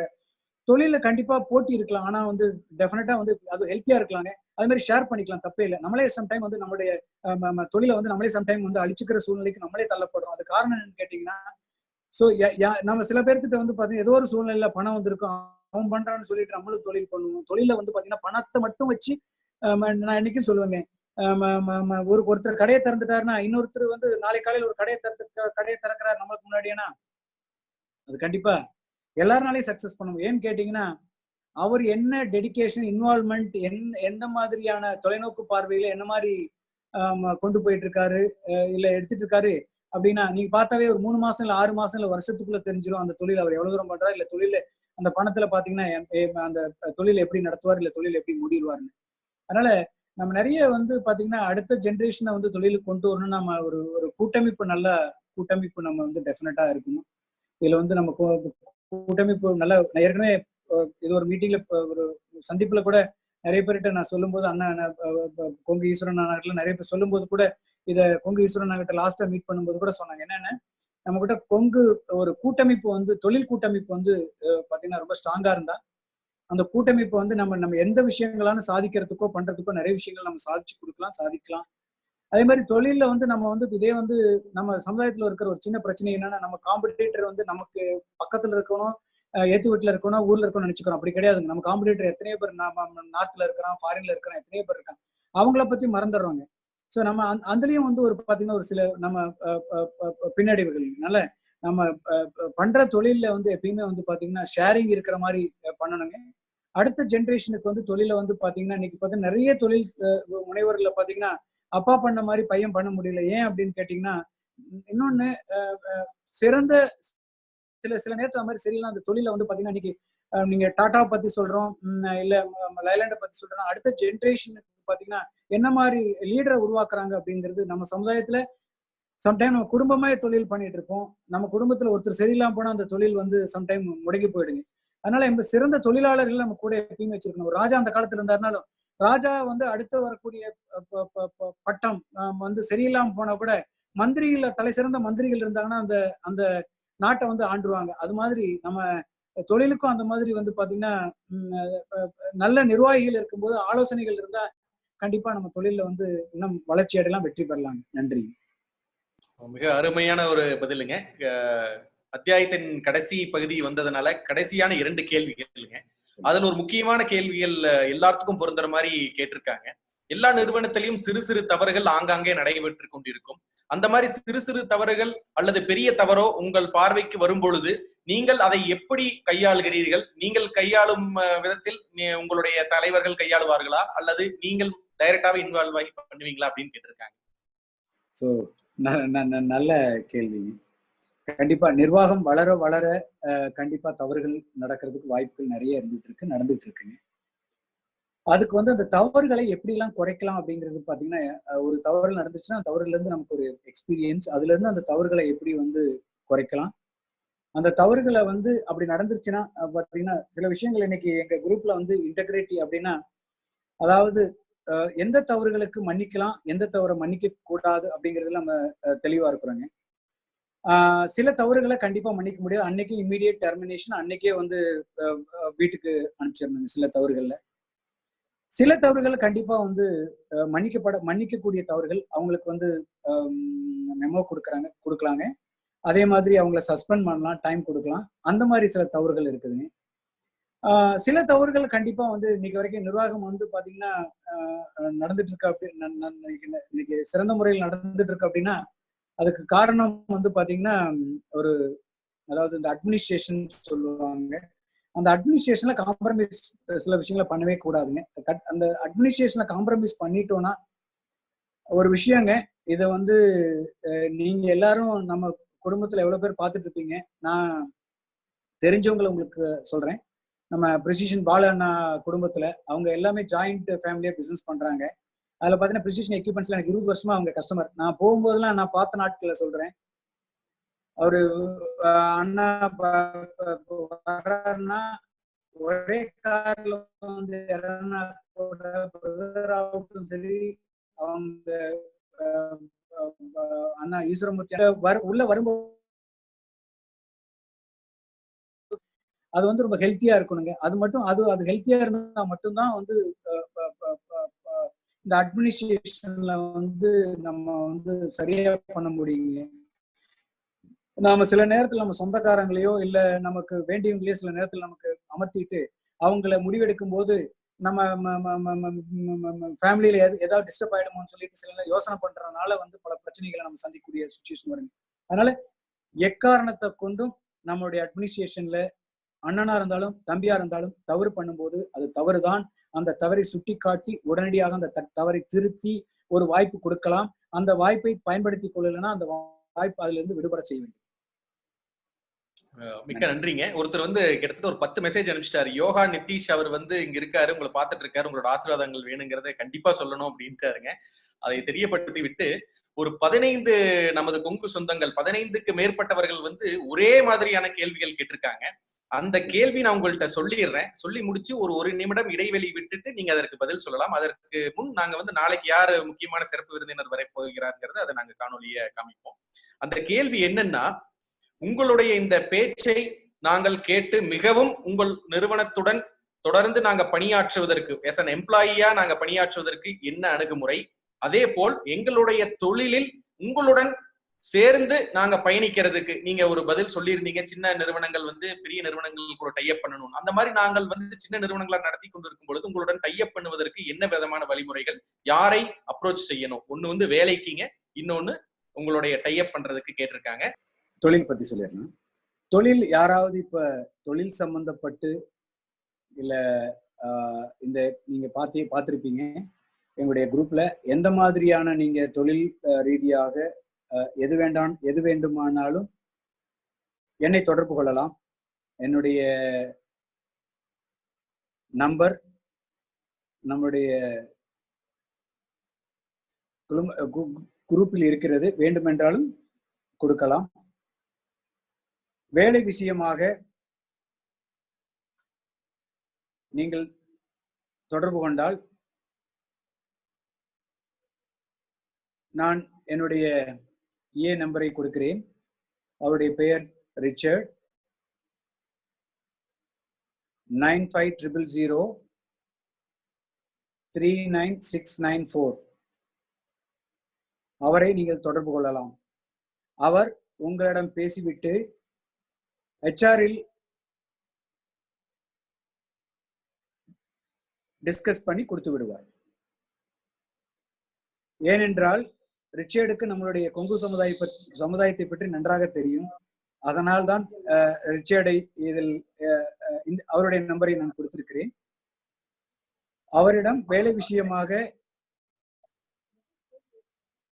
எந்த வேலையா இருந்தாலும் தேவைப்பட்டாலும் நீங்கள் அணுகலாம். 9500039694. அதே மாதிரி தொழில் சம்பந்தப்பட்டு ஏதாவது உங்களுக்கு தேவைப்பட்டால் அல்லது ஏதாவது அணுகுமுறை இருந்தால் நீங்கள் என்னை தொடர்பு கொள்ளலாம். அதாவது டிரான்ஸ்போர்ட் துறையில் ஒரு வெர்டிகலுக்கும் ஒரு சிஓஸ் இருக்காங்க. நீங்க என்னை தொடர்பு கொண்ட அப்புறம் நான் உங்களுக்கு அந்த சிஏ கிட்ட சொல்லலாம். அப்படி இல்லைன்னா நீங்க ரிச்சர்டையே நீங்க என்னை தொடர்பு கொள்ள முடியல அப்படின்னா கூட நீங்க ரிச்சர்டையே தொடர்பு கொண்டா என்ன ரிச்சர்ட் தொடர்பு கொண்டு உங்களுக்கு உடனே கனெக்ட் பண்ணி கொடுத்துருவாருங்க. அதே மாதிரி நான் முன்னாடி சொன்ன மாதிரி தொழில்ல கண்டிப்பா நம்ம வளரணும்னா ஒன்றுபட்டால் உண்டு வாழ்வு அப்படின்றதுல கண்டிப்பா கூடி வாழ்ந்தால் கோடி நன்மை. ஸோ அதனால நம்ம இன்னும் கூடி வந்து நிறைய விஷயங்கள் செஞ்சோம்னா நம்ம இன்னும் கோடி நன்மைகள் கொடுக்கலாம். அதுக்கு எக்ஸாம்பிள் வந்து பாத்தீங்கன்னா நிறைய இருக்கு. அப்படி இல்லைன்னா இன்னொரு இமெயில் ஐடி தரேன். உங்களோட ரெஸ்யூமை நீங்க வந்து என்னுடைய ரெஃபரன்ஸை போட்டு பேர் போட்டு நீங்க போடலாம். careers@ntcgroup.in நீங்க சென்ட் பண்ணலாம். சென்ட் பண்ணிட்டு உங்களுக்கு ஏதாவது ரிப்ளை இல்லை ஏதாவது இருக்குன்னா நீங்க ரிச்சர்டை தொடர்பு கொள்ளலாம். நீங்க ரிச்சர்டை தொடர்பு கொண்டாலும் ஓகே. careers@ntcgroup.in நீங்க வெப்சைட்ல சொல்லுங்க சார்.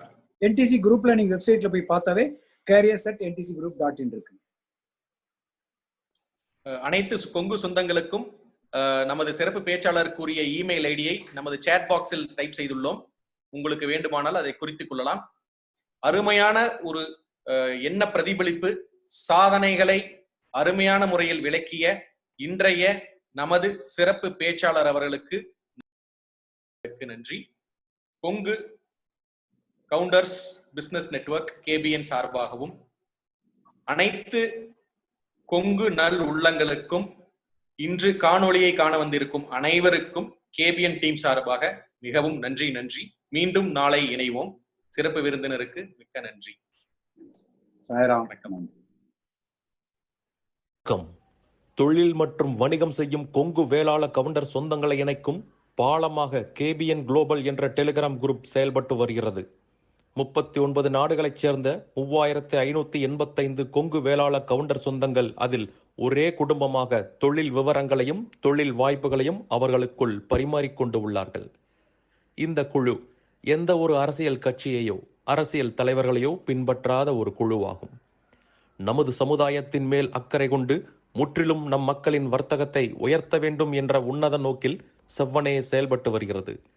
KBN என்ற பெயரில் மலேசியா கோலாலம்பூரில் பழனியப்பன் மாரப்பன் அவர்களால் தொடங்கப்பட்டு தற்போது தமிழ்நாட்டில் Kongu business network KBN association என்ற பெயரில் தமிழ்நாடு அரசில் பதிவு செய்யப்பட்டு தொழில் முனையும் கொங்கு சொந்தங்கள் ஆதரவோடு சிறப்புடன் செயல்பட்டு வருகிறது. KBN குளோபல் குழு தவிர வேறு எந்த ஒரு பெயரிலும் வாட்ஸ்அப் குழு, டெலிகிராம் குழு கிடையாது. இது நமது கொங்கு சொந்தங்களின் தொழில் மற்றும் சமுதாய முன்னேற்றத்திற்கு சேவை மனப்பான்மையுடன் உருவாக்கப்பட்ட அரசியல் சார்பற்ற அமைப்பு. இந்த குழுவில் இணைவதற்கு எந்த ஒரு கட்டணமும் கிடையாது. ஒரு சிலர் KBN பெயரை பயன்படுத்தி சந்தா வசூலித்து சுய லாபத்துக்காக குழுக்களை அமைத்துக் கொண்டிருக்கின்றனர். அவ்வாறு செயல்படும் குழுவுக்கும் நமக்கும் எந்த தொடர்பும் கிடையாது. 100 விழுக்காடு தொழில் சம்பந்தப்பட்ட பதிவுகள் மட்டுமே, அதுவும் இலவசமாக, எந்த ஒரு சந்தாவும் இல்லாமல் நம் சொந்தங்கள் அனைவரும் முன்னேற வேண்டும் என்ற உயரிய எண்ணத்தில் பதிவுகளை அனுமதிக்கும் ஓர் உலகளாவிய வர்த்தக குழு. நம் தொழில் அபிவிருத்திக்கு ஏற்ற ஓர் உபயோகமுள்ள ஒரே குழு KBN குளோபல் டெலிகிராம் குழு. சொந்தங்களுக்கு இது குறித்து சந்தேகங்கள் இருந்தால் +60 13 2999144 கூட்டல் 6 0 13 2999 144 என்ற அலைபேசி எண்ணில் வாட்ஸ்அப் குறுஞ்செய்தி அனுப்பலாம். நன்றிகளுடன் மலேசியா பழனியப்பன் மாரப்பன் அவர்கள் சார்பாக செழியன் குமாரசாமி. நீங்கள் நமது கொங்கு சொந்தங்கள் வாழ்வில் முன்னேற வேண்டும் என்று விரும்பினால் இந்த தகவலை உங்கள் சொந்தங்களுடன் பகிர்ந்து மகிழ்ந்திட அன்புடன் வேண்டுகிறேன். KBN குளோபல் டெலிகிராம் குழுவில் இணைந்து உங்கள் தொழில் வணிக உறவுகளை விரிவுபடுத்தி வளம் பெற வாழ்த்துகிறேன். வணக்கம்.